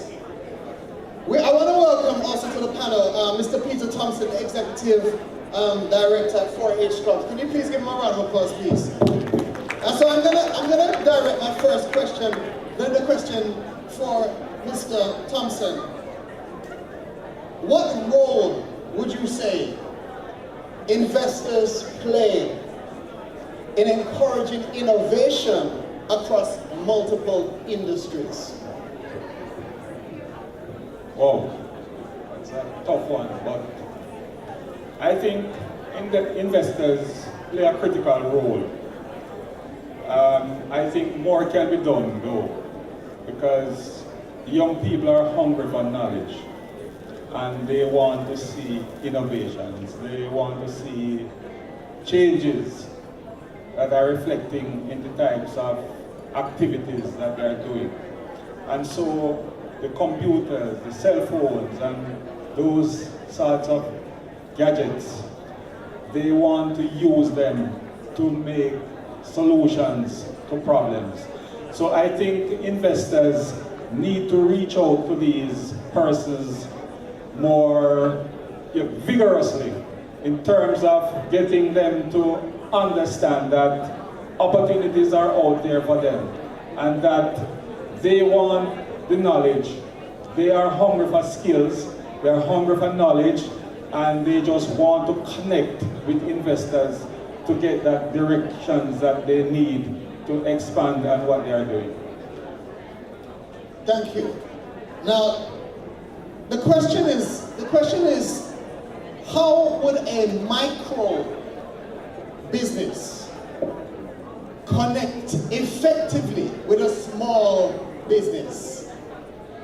And I'm going to hand that over to Hart MTA first to answer this. Yeah, you know, with jurisdiction, a micro business, based on the policy, national policy, is a business earning less than 50 million Jamaican dollars. And I think they have less than 5 employees or something like that. Now, an issue, you have to look at it from as tiers. At that tier, a large issue is informality. And I think in Jamaica, a lot of business, particularly at that level, they have this genuine love affair with informality.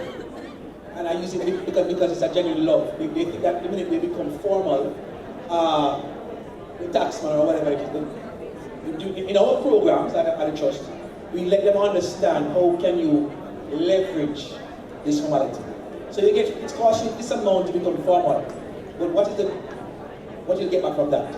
And that's how you can connect really a micro firm, because at the small, which is the next tier, many times they're flying high and they're formal and they have a system in place. But to connect, you can't connect an informal, in many instances the micro firm, with the formal. So you need to maybe educate the micro firms a lot more about the value of formality. Does anyone else want to pick up on that comment?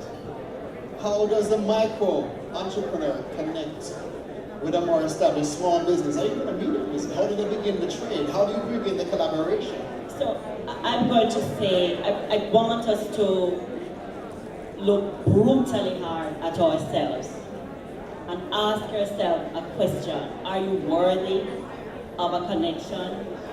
Will you build or will you break that potential partner? And you cannot start a growth trajectory whilst we fool ourselves. We have to allow ourselves to be assessed. That's step one. Be true to you. Yeah? What are you? Are you worthy? What are you bringing to the table of that partnership? And for me, I'm concerned coming back into SBAJ some 22 years later, and we have 400 members.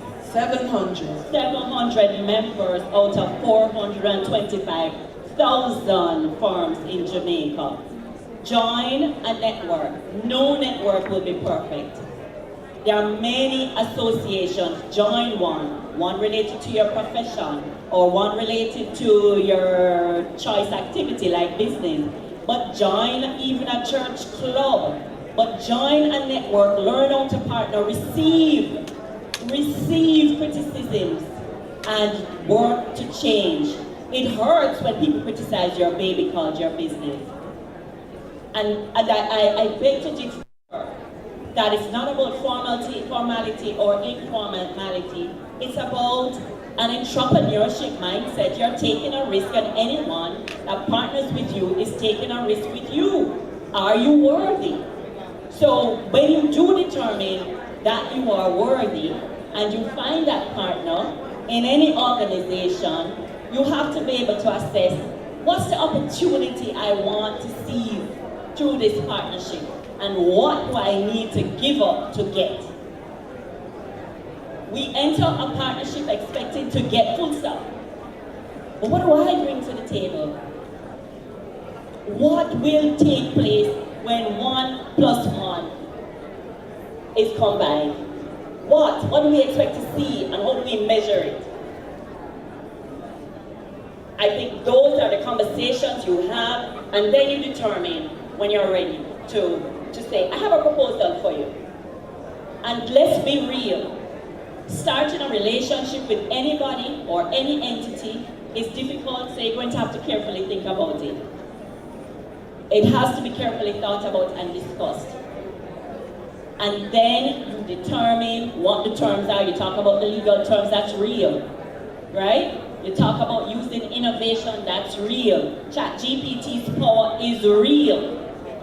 Claude AI is real. If 5 of you pay for a subscription of $100 a month, the power of Claude AI just got seriously escalated.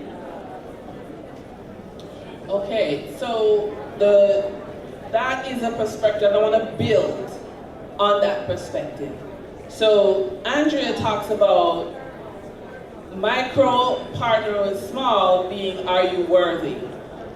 I think to build on that, each business, small, micro, should do an assessment of what assets they have. And assets doesn't necessarily mean real estate. Assets could be that you are a member in 5 groups and you can introduce your partner to those 5 groups. So you have an asset called referral. Too many micro businesses come as if they're going to church and somebody must save them. Let me just be very honest. So they go into the partnership and say, save me, help me, give me my, but they never say, here is what I can do for you. And here is how we can swap. So I'm in 5 groups, you're in 5 groups. Let us cross-refer each other. Or I have an extra stove in my kitchen and you have extra bread and now we can bake something together, okay? There's never, I have been doing business development with small businesses for a long time. And it is very rare that a small business comes in and says, here is what I bring to the table. They come in like here's what I need. What you gonna do for me? What you can do for me? Here's what I need. And so what happens is, unfortunately, doors are closed because the people with assets only want to talk to other people with assets. They don't want to talk to the micro businesses. They're not interested because this is not church. This is not what I'm coming to save you. Salvation is not what is offered. Business is about growth. And so building on what Andrea says about are you worthy, the question I would ask, I wouldn't ask you if you're worthy. I would ask you, do you have a growth mindset? can you help other people to build, or do you come to scrape and grab everything for yourself because you're gonna stay micro, you're gonna stay small, nobody's going to help you. I'm being very honest. I've been around long enough, and I see the people who need the most help don't get it because they don't reciprocate. They just say, I need help, I need help, I need help, I need help. And then what you're really doing is searching for somebody to sorry for you. You're searching for that person that's so empathetic, they're gonna stop building their business to build yours. That's not a partnership. That's a drain. It can't last. Let me just be very honest. Because we're about building. I just want one more point. You made, the question you asked before this question was about investors. I believe everybody in this room is an investor.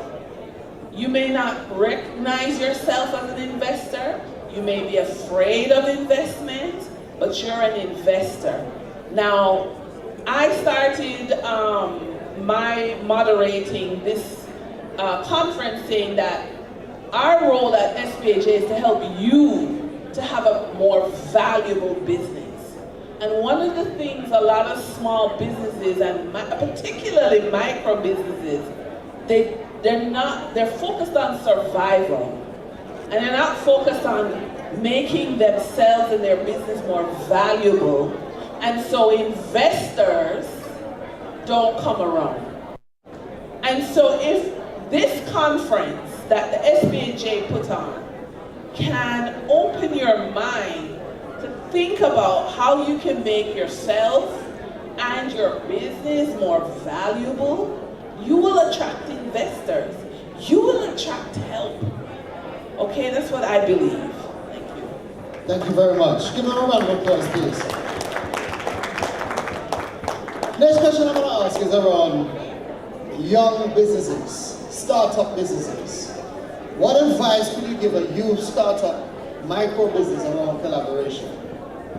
I'm going to direct that question to University of Commonwealth, David Phillips. All right, so the first point I would touch on, or just to communicate to our young entrepreneurs, our young businesses, is that just ensure that you're financially and fiscally ready. Right? Investors, that's the first thing they look at, even on the point of collaboration. What are your finances saying about you? Because that is your business personality. If you're not necessarily making the amount of money or ensuring that there's not enough risk management, then investors won't look your way. Those willing to collaborate won't look your way. So you have to ensure that you're financially prepared, right? You're planning, you have everything out of the way, that now you can begin to start speaking to those necessary. On the second point, information. Information is accessible. You have a lot of SBOs out there that can give you information. One of them, UCC, BDCI, they had a financial series called Lightning Talks, where they invited all the banks to come and speak to the young businesses, entrepreneurs. The information is out there, but what are you doing to prepare yourself? What are you doing to seek out that information, that you can build reputation, that you can build a reservoir, that when businesses is at your doorstep, you can execute as expected. Thank you. I'm going to direct the next question to Heart NTA, where, Marlon, if you could expand on what programs do exist currently for startup entrepreneurs around collaboration. Right, thank you so much for that question. So at the Heart NTA Trust, we first and foremost see entrepreneurship as a pathway. So when most of our trainees complete the process, they become what we call owner account workers in many instances. Good?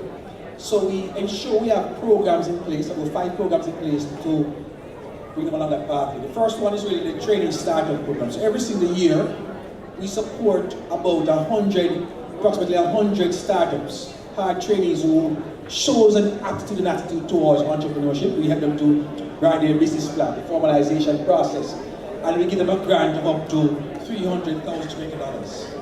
But a critical part of that is not just give them the inputs for the business. We have a 24 months hand-holding process, and that for me is more valuable than all of the input itself initially. That's the first one.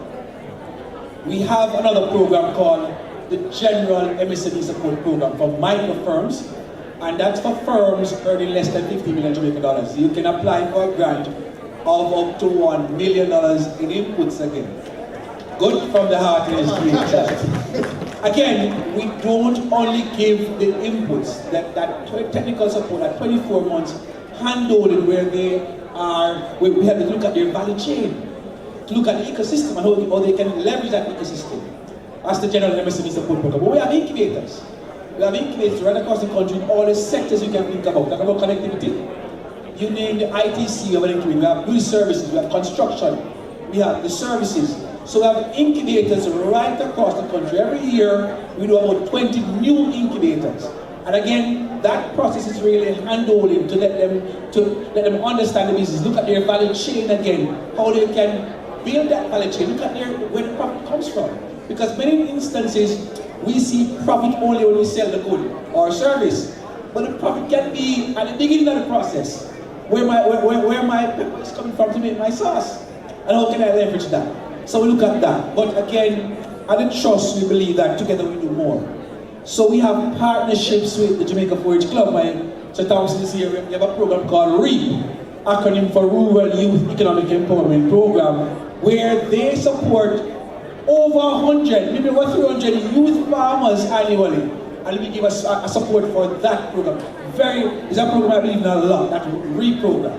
And again, we also support Export Max with Jamco. And Export Max, everybody in the room must know about Export Max and how you can build that export potential. The Minister of Business will tell you, if you're doing business in Jamaica and not exporting, look at business. So those are the 5 main ways in which we support not only micro, but micro and medium-sized enterprises. Thank you. I'm going to direct the question again to Mr. Thompson as well, 4-H Club. What type of programs, or can you expand on the program that is with Heart? Well, as my colleague would have suggested, we have the REAP program, and we train over 100 persons annually. And what is interesting is that the inputs that you give, that is not what the main value of this program is, the training that they would have undergone. We also have partnerships with other organizations where we train, build capacities. We also have a similar program to the REAP, which is called the REAP Starter. So the REAP Starter and the Builder program, 2 different programs. One is like the Starter program, is like the Beginner program. So you graduate that program into the REAP program.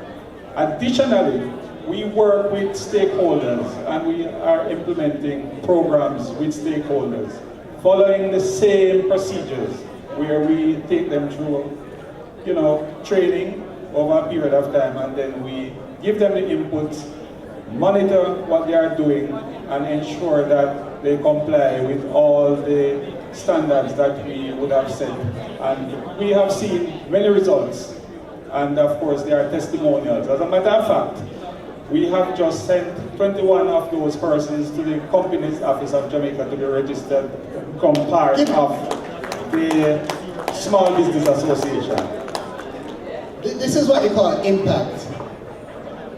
Now, the final question I'm going to ask to the panel before I open it directly to you.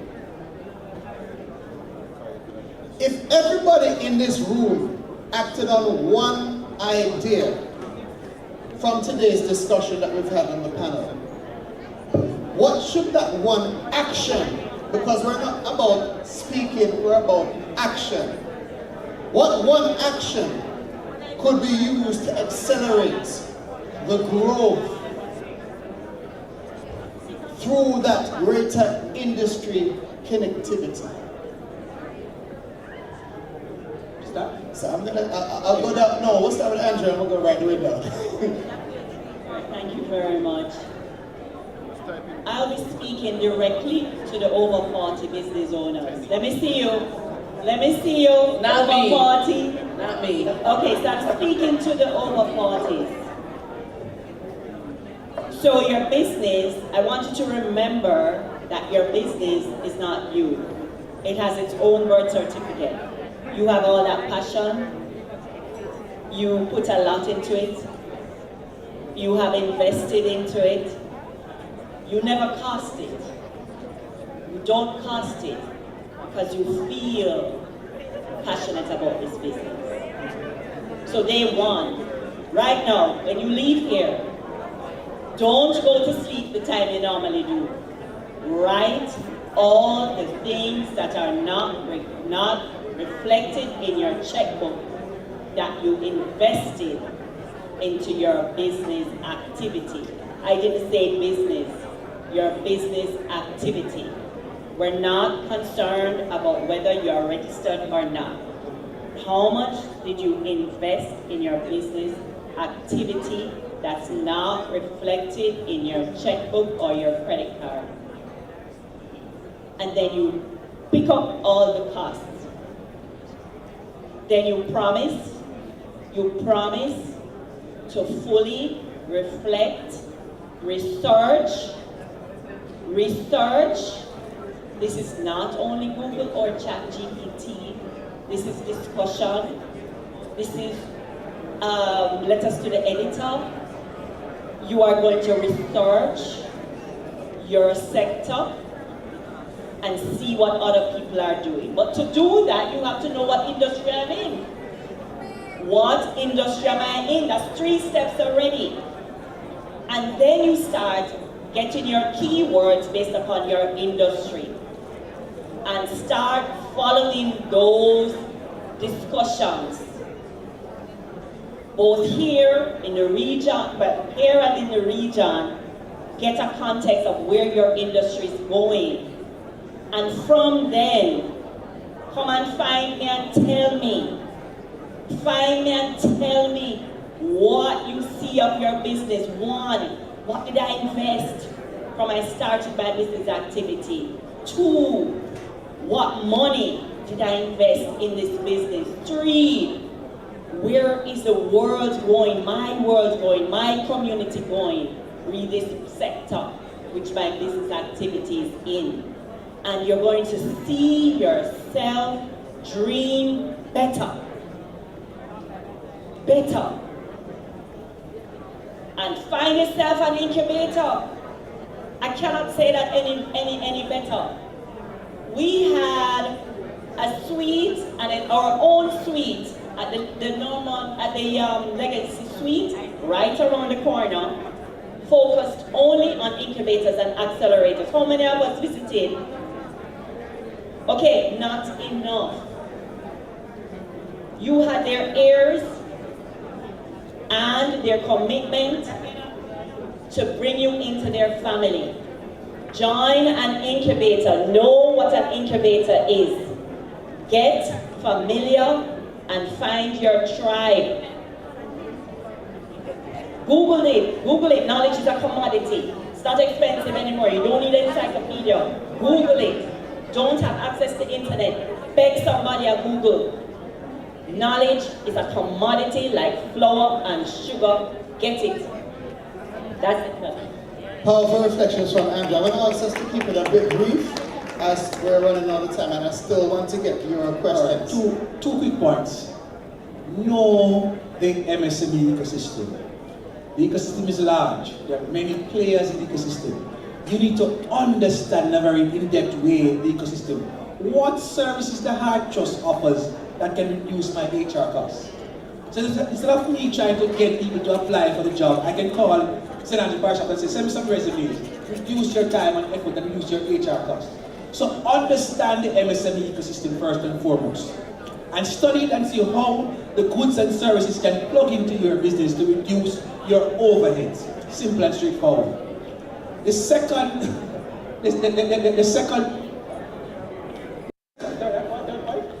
next point, and maybe I'm calling a word, is competition. Instead of seeing other players or like-minded businesses as competition. Think about them as competition, meaning how can we share services? The big guys do it. So if I can partner with Sir Thompson and share my HR costs, it will reduce my overheads. And it's not about sharing any trade secret, don't seek it again. So look about how can I compete instead of compete with other like-minded business. That's my 2 points. Thank you. Okay, greetings once more. As probably the youngest person on the panel, and probably the youngest entrepreneur in the room at 19 years old. What I will say to my young people here today and young entrepreneurs is I will preach the message of hope. You know, let me see the hands of individuals here who are willing to support our young people to grow entrepreneurship in Jamaica. The entire room. Wonderful. So what I would say is be confident. Be willing to explore the opportunities available to you. Trust the process. Get the information that you need. Execute. One last statement, residual wealth. That's what we hope to build, not fast money, young people, money that lasts, a legacy. That is what we want to leave for the next generation. Thank you. Yeah, okay, well, you kind of opened the door to what I wanted to say. I think that so many micro, small, medium, so many entrepreneurs are focused on sales. But what is left after sales, after you've paid your expenses, that is where assets come from. And assets is the only thing that's going to save you. The assets you own, that's all you, that's the only proof that you are in business, not the sales. Because if you have 1 million sales, expenses of $1,001,001, you are in debt for $1, right? So the question is, how do you convert the sales into assets for wealth creation, like this young man said? Our first sponsor, Jamaica Stock Exchange. Even if you're not ready to be on the micro market, you can invest in the stock market. You can take the residual of when you sell, what it costs you to sell, and what's left over, you can have a conversation. Jamaica Stock Exchange, and guess what? If you build your portfolio, you can borrow against that portfolio without anyone checking your credit report. So if your credit report is low, your credit score is low, you can still use the Jamaica Stock Exchange to borrow. So you're not locked out of lending. You can borrow to pay a deposit on a house, whatever it is you need. So that's one. Another wealth creation tool in this room is AgroInvest. Because if you have access to agricultural lands, then you not only have the land at affordable lease rate, they give you a portfolio of vegetables or livestock or hay that you can grow, and you have access. And because container homes are becoming more affordable and acceptable in Jamaica, you can drop a container home on the property. Assets is what you need. So many entrepreneurs tell me, Denise, I'm selling, and I don't have nothing to show for it. And we have 2 partners that give you tangible assets to show. Of course, the banks can lead the way, but they're just the funnel. So you have to know the difference between the funnel to wealth and the actual wealth. So again, company's office, a third partner, because your business that is registered is protected. So you can protect the asset. That's your time that you spend, okay? So we have 3 partners that open the gateway to you having assets from your sales that give you something to hold on to for all the hard work that you're doing, whether you're 19 or 90.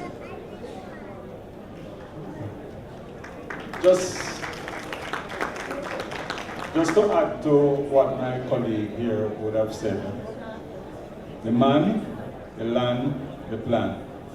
Now, you have, as an entrepreneur, you have to be very innovative and creative, and you have to distinguish your product from the competitor's product. You have to analyze the market and use market penetration strategy in order to grow. So there are many areas that you can focus on, and innovation is one of the ways in which you can distinguish your product from your competitor's product. And you have to constantly responding to changes that are taking place in the market. If you look at Nokia, for example, then Samsung would have been innovative and would have added features to the phones that consumer wants. So you have to get into the minds of the consumers and ask the question, am I doing the right thing? So there are some things that you can compete on to outgrow your competitors. You just have to work with the system that you have in place, be innovative, and think creatively, think out of the box, and you will be the winner in the end. Thank you very much. I mean, we've heard a lot. Come on, give them a round of applause. We have heard a lot. We have got to move beyond networking to collaboration. We have to upskill, and we have to incubate. We have to join networks that will help. We have to collaborate. We have to innovate. We have to give hope. We have to reinvest. Everyone say aspire to inspire before I expire. That means that you have to change and not be a Kodak and not be a Nokia, right? That you have to be a Samsung or an iPhone. This is the opportunity we have now to ask direct questions to this panel. And so we've got 2 microphones, and I'm going to keep this open for about 7 minutes. So if anybody has a direct question that they would like to ask to the panel, you can go ahead and make your way. Please introduce yourself, ask the question, do not give comments.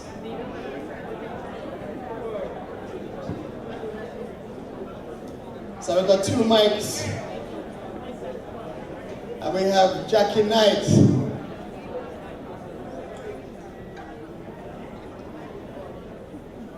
AV, can we get some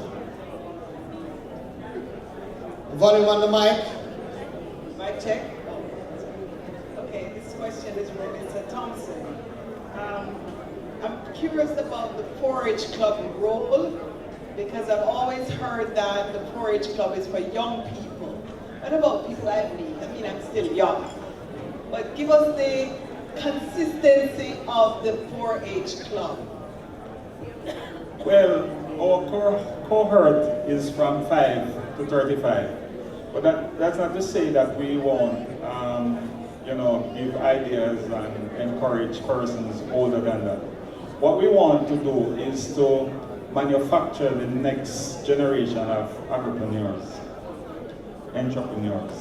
So, if you following the scripts, you would have read that the average age of farmers in Jamaica is the lowest in the world.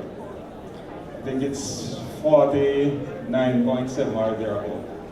And it is as a result of the Jamaica 4-H clubs integrating with schools and community clubs, getting young people to be involved in agriculture. Now, we train persons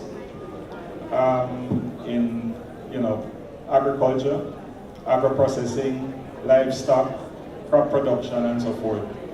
And of course, business skills, we try to pass on knowledge to those persons who are in the business already and who needs to grow. Now, why 4-H is important to young people is that we recognize that the farming population is aging. They are coming out of disease. But while we try to find replacements, we also have to attract the next cohort of persons that you are engaging. Because contrary to what happens in the past, agriculture has moved away from the hoe and the machete and the painstaking, backbreaking sort of things. So, in the Jamaica 4-H clubs, for instance, we are now building out a drone unit, a drone department to assist with, you know, the whole issue of leaf analysis, vegetation indexing, which means that you can fly the drone over particular vegetation. It reads the canopy of that vegetation and determine the nutrient status or what the plants require for optimum production. So we are actually moving away from the archaic system and bringing in new technologies. So we are partnering with agencies, you know, that have the technology and can pass it on. Because you see, as I mentioned earlier, the youths gravitate towards gadgets and technology, and we don't want them to use it for gaming and those things. We want to reprogram the mind so that they can use it productively to generate wealth from those sort of gadgets that they have. So, Jackie, I am telling you that 4-H is alive, and we are working with the populace to ensure that we bring them up to the level and springboard them to where they want to go. Thank you very much, Rudy. We've got one more question which I'm going to allow before we wrap up. All right, so Anya Thompson, again, Oh, sorry. from Business Solutions. So I have two questions. Okay, so First, again from Fastech Business Solutions. We started an initiative called Yardstick Startup Services to answer the question, what's going on with the missing middle as far as the entrepreneurial ecosystem, right? So I have a question. Someone mentioned leverage formality. That was the Hearts gentleman. Now, the question is, how is the government leaning towards good stewardship as the trust the people have in government dictates that informality?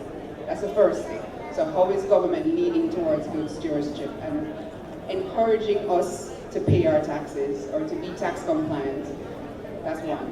The second thing is that if we're leveraging formality, I think we also need to look at structured financials. We need to look at historical structuring of our business. So we're starting a business plan.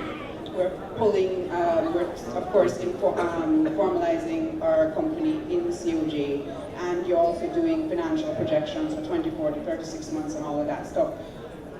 We need all of that as well as formality, yeah?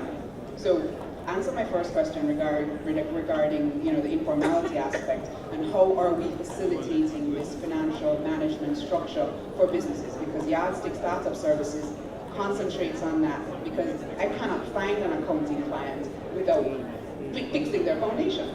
So let me know what y'all think about that and how we're moving towards a good evolution.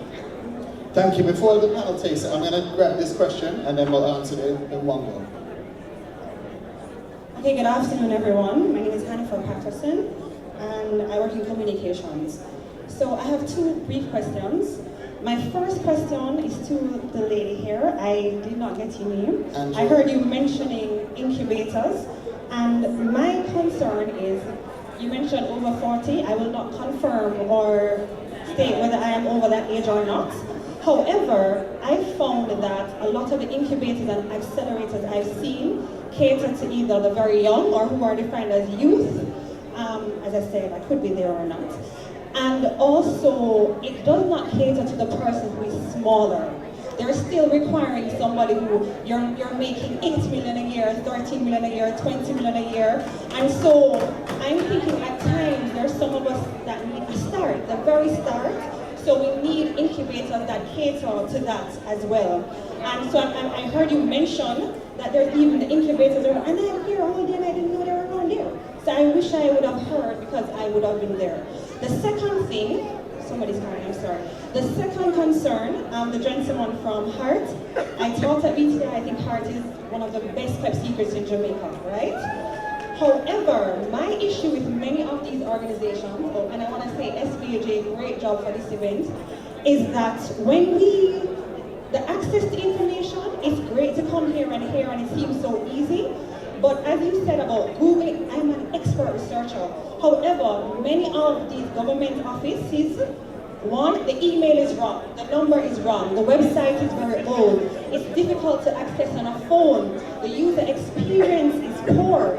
On your mobile, and remember, I work in digital, the phone version of our website needs to be mobile friendly. So at times I'm thinking, let's think of a person who is in Hanover who doesn't have a laptop, doesn't have a MacBook, only has their little phone with a little screen. They cannot see your site well, they cannot click on it. Or me, I'm searching for the information, cannot get through online, number is wrong online, 2 different numbers on the website, different number on the Instagram page, and the number of the time when you close is also wrong. So when I come there, it closed already, even though you said you're open for 2 hours more. So I also want to encourage these organizations. You're telling us about going digital and you're telling the small businesses, but make sure that in going digital you're doing it correctly. There are other aspects to check for us to be able to access the information, because a place like Heart has many levels and I don't know where to start. And then finally, when I call, I say, okay, I'm not going to do it online, I'm going to call Heart's office. The person I get knows nothing, refers me to somewhere else that if you're a person in the country, your credit done by the time you get to the right person and you can't call them back. So I think, and this is to every business here as well, I find that sometimes as Jamaican businesses, we don't think of the side of how is the consumer experiencing me? Am I easy to access? Am I easy to work with?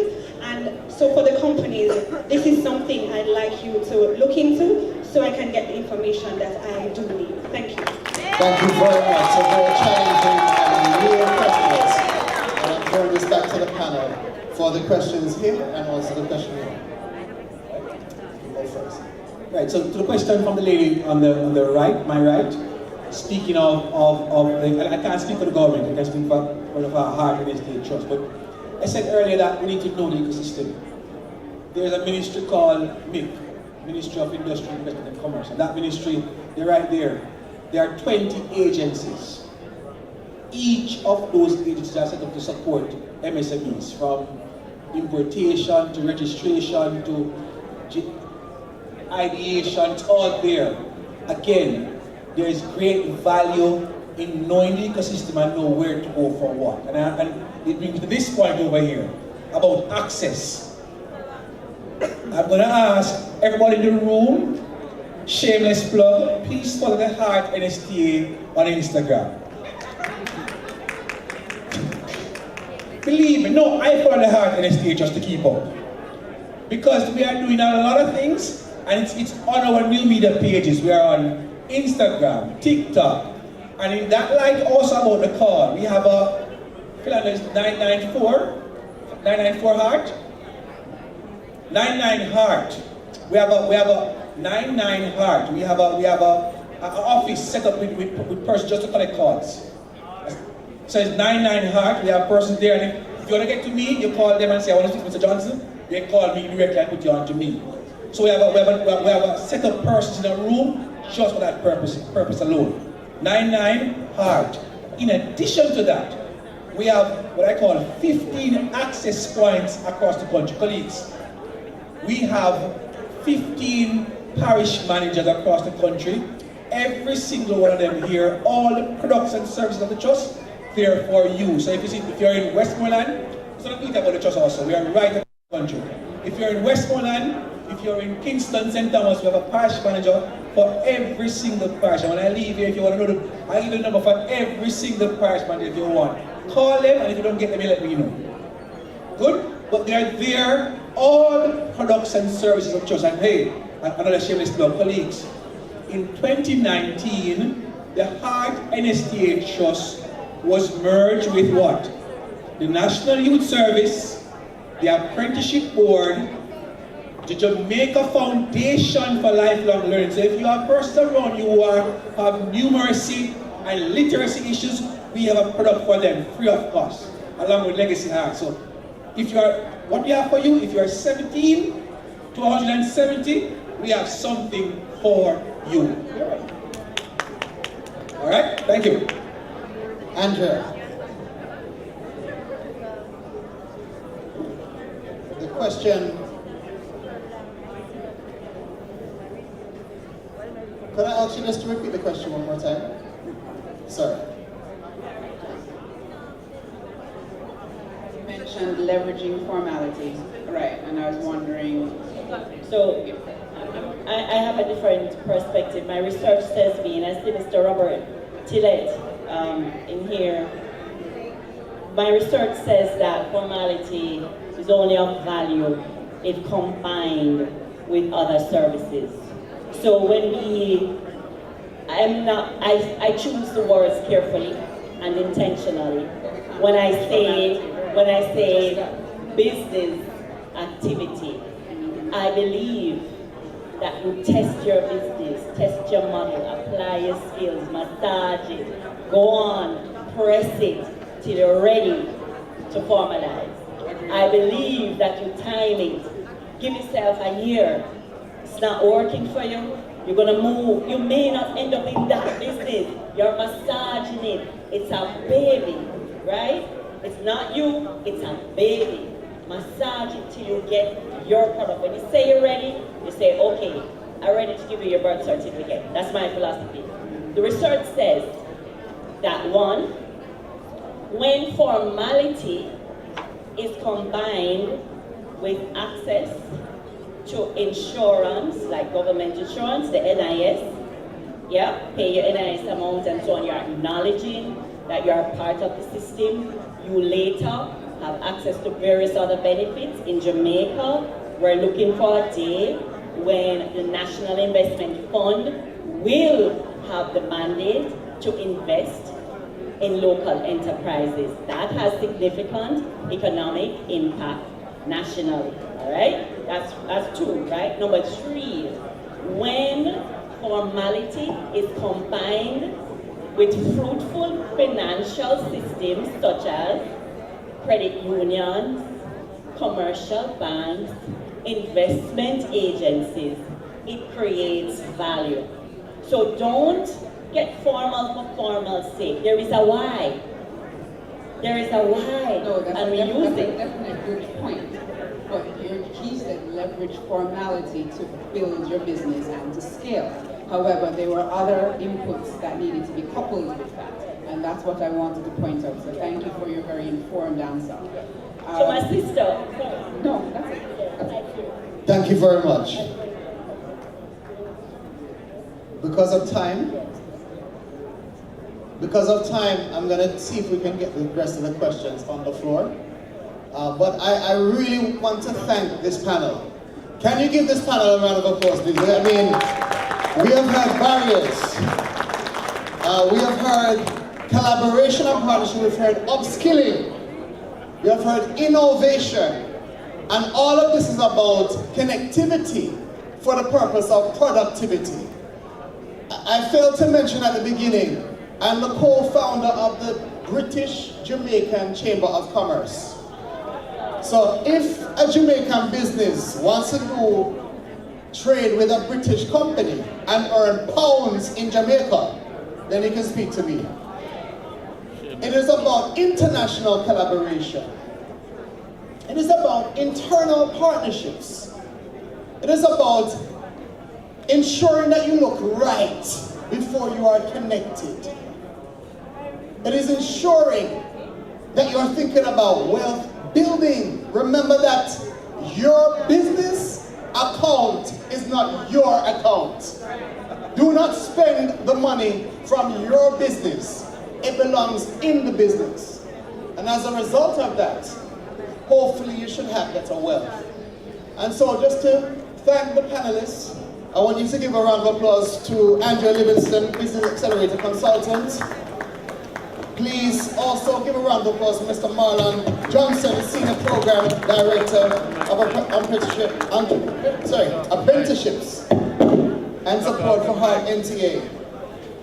Please can you give a round of applause to Damian Phillipson, the Youth Advocate for the University of Commonwealth Caribbean Business Accelerator Center. Denise Williams, also please give her a round of applause. And finally, we have Mr. Peter Thompson, Executive Director for 4-H Clubs. Thank you very much. You've been a great audience, and thank you very much, panelists.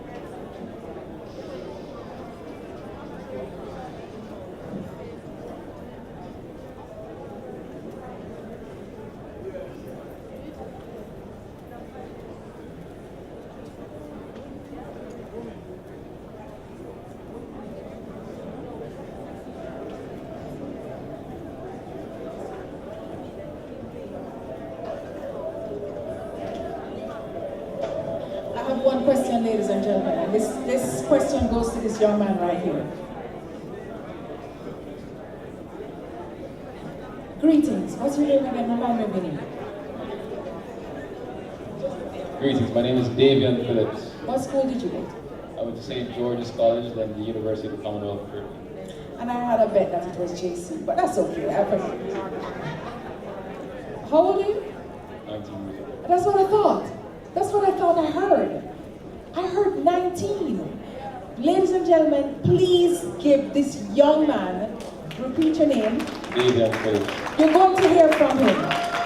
You're going to say, you know what, I heard him at the Small Business Association of Jamaica conference, and he is a bright star. Listen, we need to support our players in the market, and he is the future.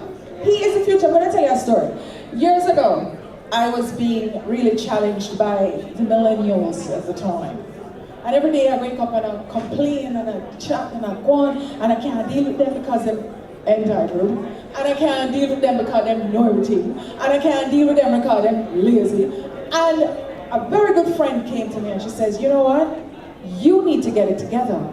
You need to understand that they do things differently and you are the dinosaur. So you better learn how to deal with them, learn how to understand them, learn how to learn from them. You understand? But this young man right here, please, may I beg you, one more. At 19, he already sounds like he is one of your cohorts. You know what I mean? And I am very encouraged. I am extremely encouraged by this panel here this evening, and if for anything else, you know, you're going to remember what came out of, you know what I'm saying, leave the best for last? Leave the best for last. Leave the best for last. Mr. Hart, we're going to talk about things. Quickly, just a plug, right? So we're my business, right? Yes. My business is free, right? So we're using the technology of my generation to impact the technology of your generation. So we do AI automation, right, at the highest level internationally and locally. Thank you. And people, please do not be afraid of AI. Learn it, get close to it, understand it. It is the now, it's not the future. All right? So now, it was just an engaging and thought-provoking conversation. And we need to show our appreciation again to our really, I learned something from you today. Can all of us say, shh? What? That is when you want the room to be quiet. And you can't come up here and say, please be quiet. Can we all say, shh? Yeah, hush. Okay. All right, so our panelists this evening was really great. You are amazing. Thought-provoking, change-making, way-making sort of people. My company. All right, so as we approach the close of what has truly been a really remarkable day Mr. Garnet Reed. Yes, indeed, it was. Yes, we remarkable. thank you for your insight, we thank you for your vision, we thank you for your creativity. Oh yes, and we thank you, we thank you. Your legacy will live on. Yeah. Yes. And we just need to recognize the individuals who made this conference possible. So I now invite the SBAJ hospitality team, yes, I want them to come forward as we present our speakers. Jackie Knight Campbell, please come up. Yeah, you can. Members of the staff, Tiffany, Benish, the intern, SBAJ intern, the staff, please join me on stage. Kevin Fripp. I know I see a number of board members, members of the board, members of the trustee.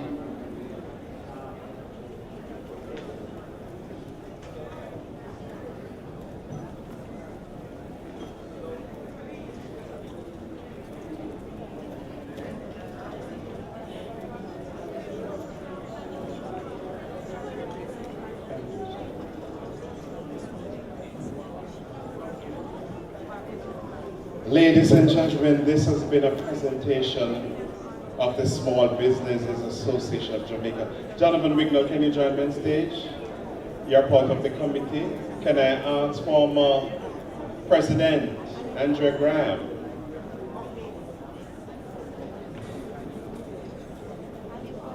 And so this conference takes 1.5 years to plan.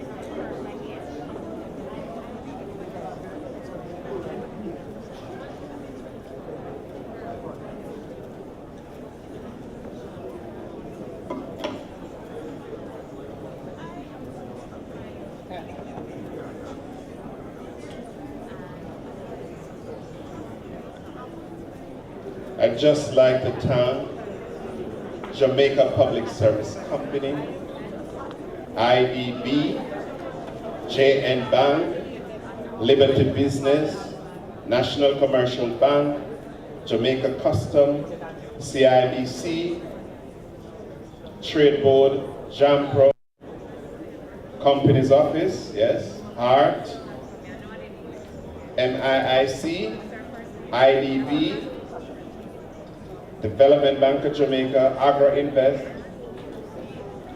Trust, Grace Kennedy, Rent-A-Car Caravan and Tours Limited, Stella Global, Stage Delight, First Global. I would also like to thank the individual staff. Yes, we had good staff, we had intern, we had committee members, we have board of trustees, we have board of directors, our sponsors, government officials, yes, we have speakers, other stakeholders who have made this conference 2026 a total success. The media, yes, the members who play a very important role. We have the farmers busing, over 70 farmers busing today. We cater for 400 people. Our data show that we have 700 in and out.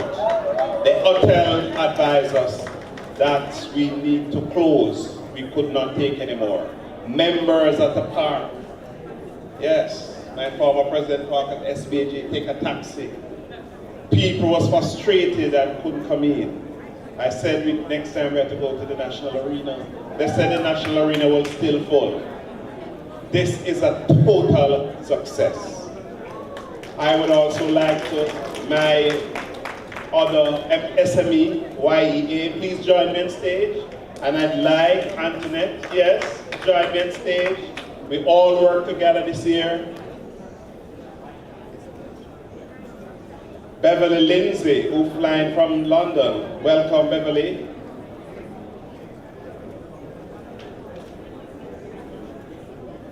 Nathaniel Pete, yes. And we'll thank all our sponsors. Could I have the sponsors on stage? Our representative, that's too much.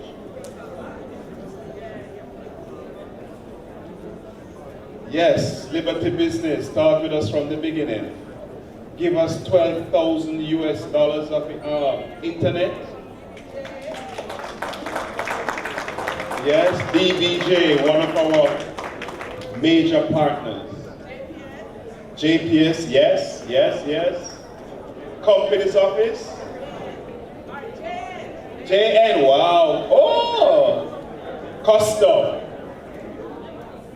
Ladies and gentlemen, this has been a presentation of the Small Businesses Association of Jamaica, and it is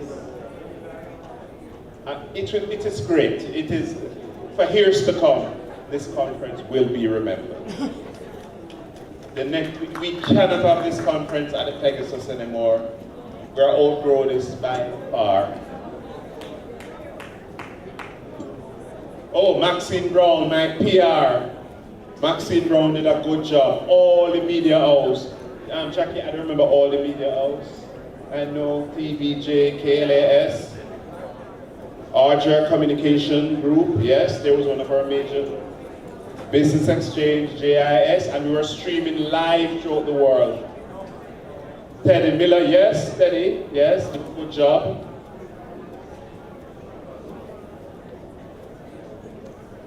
Cool FM, yes. Once again, ladies and gentlemen, yes, that's a couple of people, yeah, yeah. Oh, smoothie by Althea. Oh, Althea, your smoothie was good. Production team. The decorator. Flowers by Gorgeous Flowers. It's so much people to thank. It's multimedia. Yes.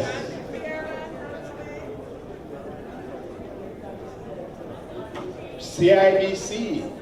Can I have a representative of CIBC join us for a photo op? Andrew Pearman, can you just join us? Yes? Oh, the presenters. The presenters was like no other.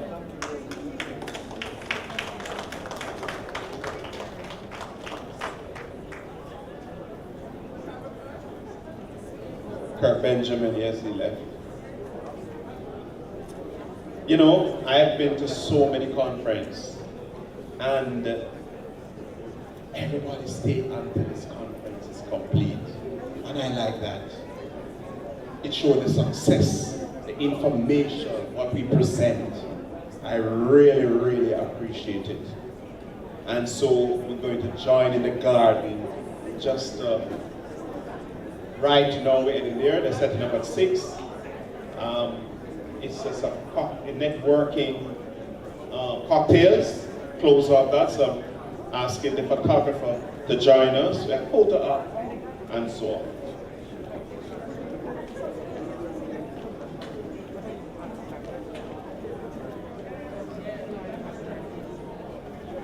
Oh, entertainment by Angel, yes, oh wow. The Angel, right, the Angel will be entertaining us today. And I see her manager over there, Mr. Flex. Yes, Flex, is she oh, Karen, where she is. Wow, come on, Karen. You was superb. I'd like to thank Lee Chin. Yes, Lee Chin did a good job. Minister Favour Williams. Dr. Lowe was also good in his presentation. The PS. And all the agencies in the ministry. And the small business operator who come out. Well, yes, the small business people. This conference was for them. So now, it is up to them to get to work. NCB have an SME growth funds for $2 billion. Any SME interested, just go to your business bank and NCB. Yes, yes, yes. Mark Golden, let's not forget Mark Golden. Sagicor Bank, yes. Coming to Surgical with some loan. I'm going there. Yes, Surgical. CIBC. Yes, CIBC. I think they have a new product. Yes, CIBC. Once again, thank you very much and have a great evening. Join us for cocktail in the networking section. God bless. Thank you. Networking. Go straight to networking. Thank you.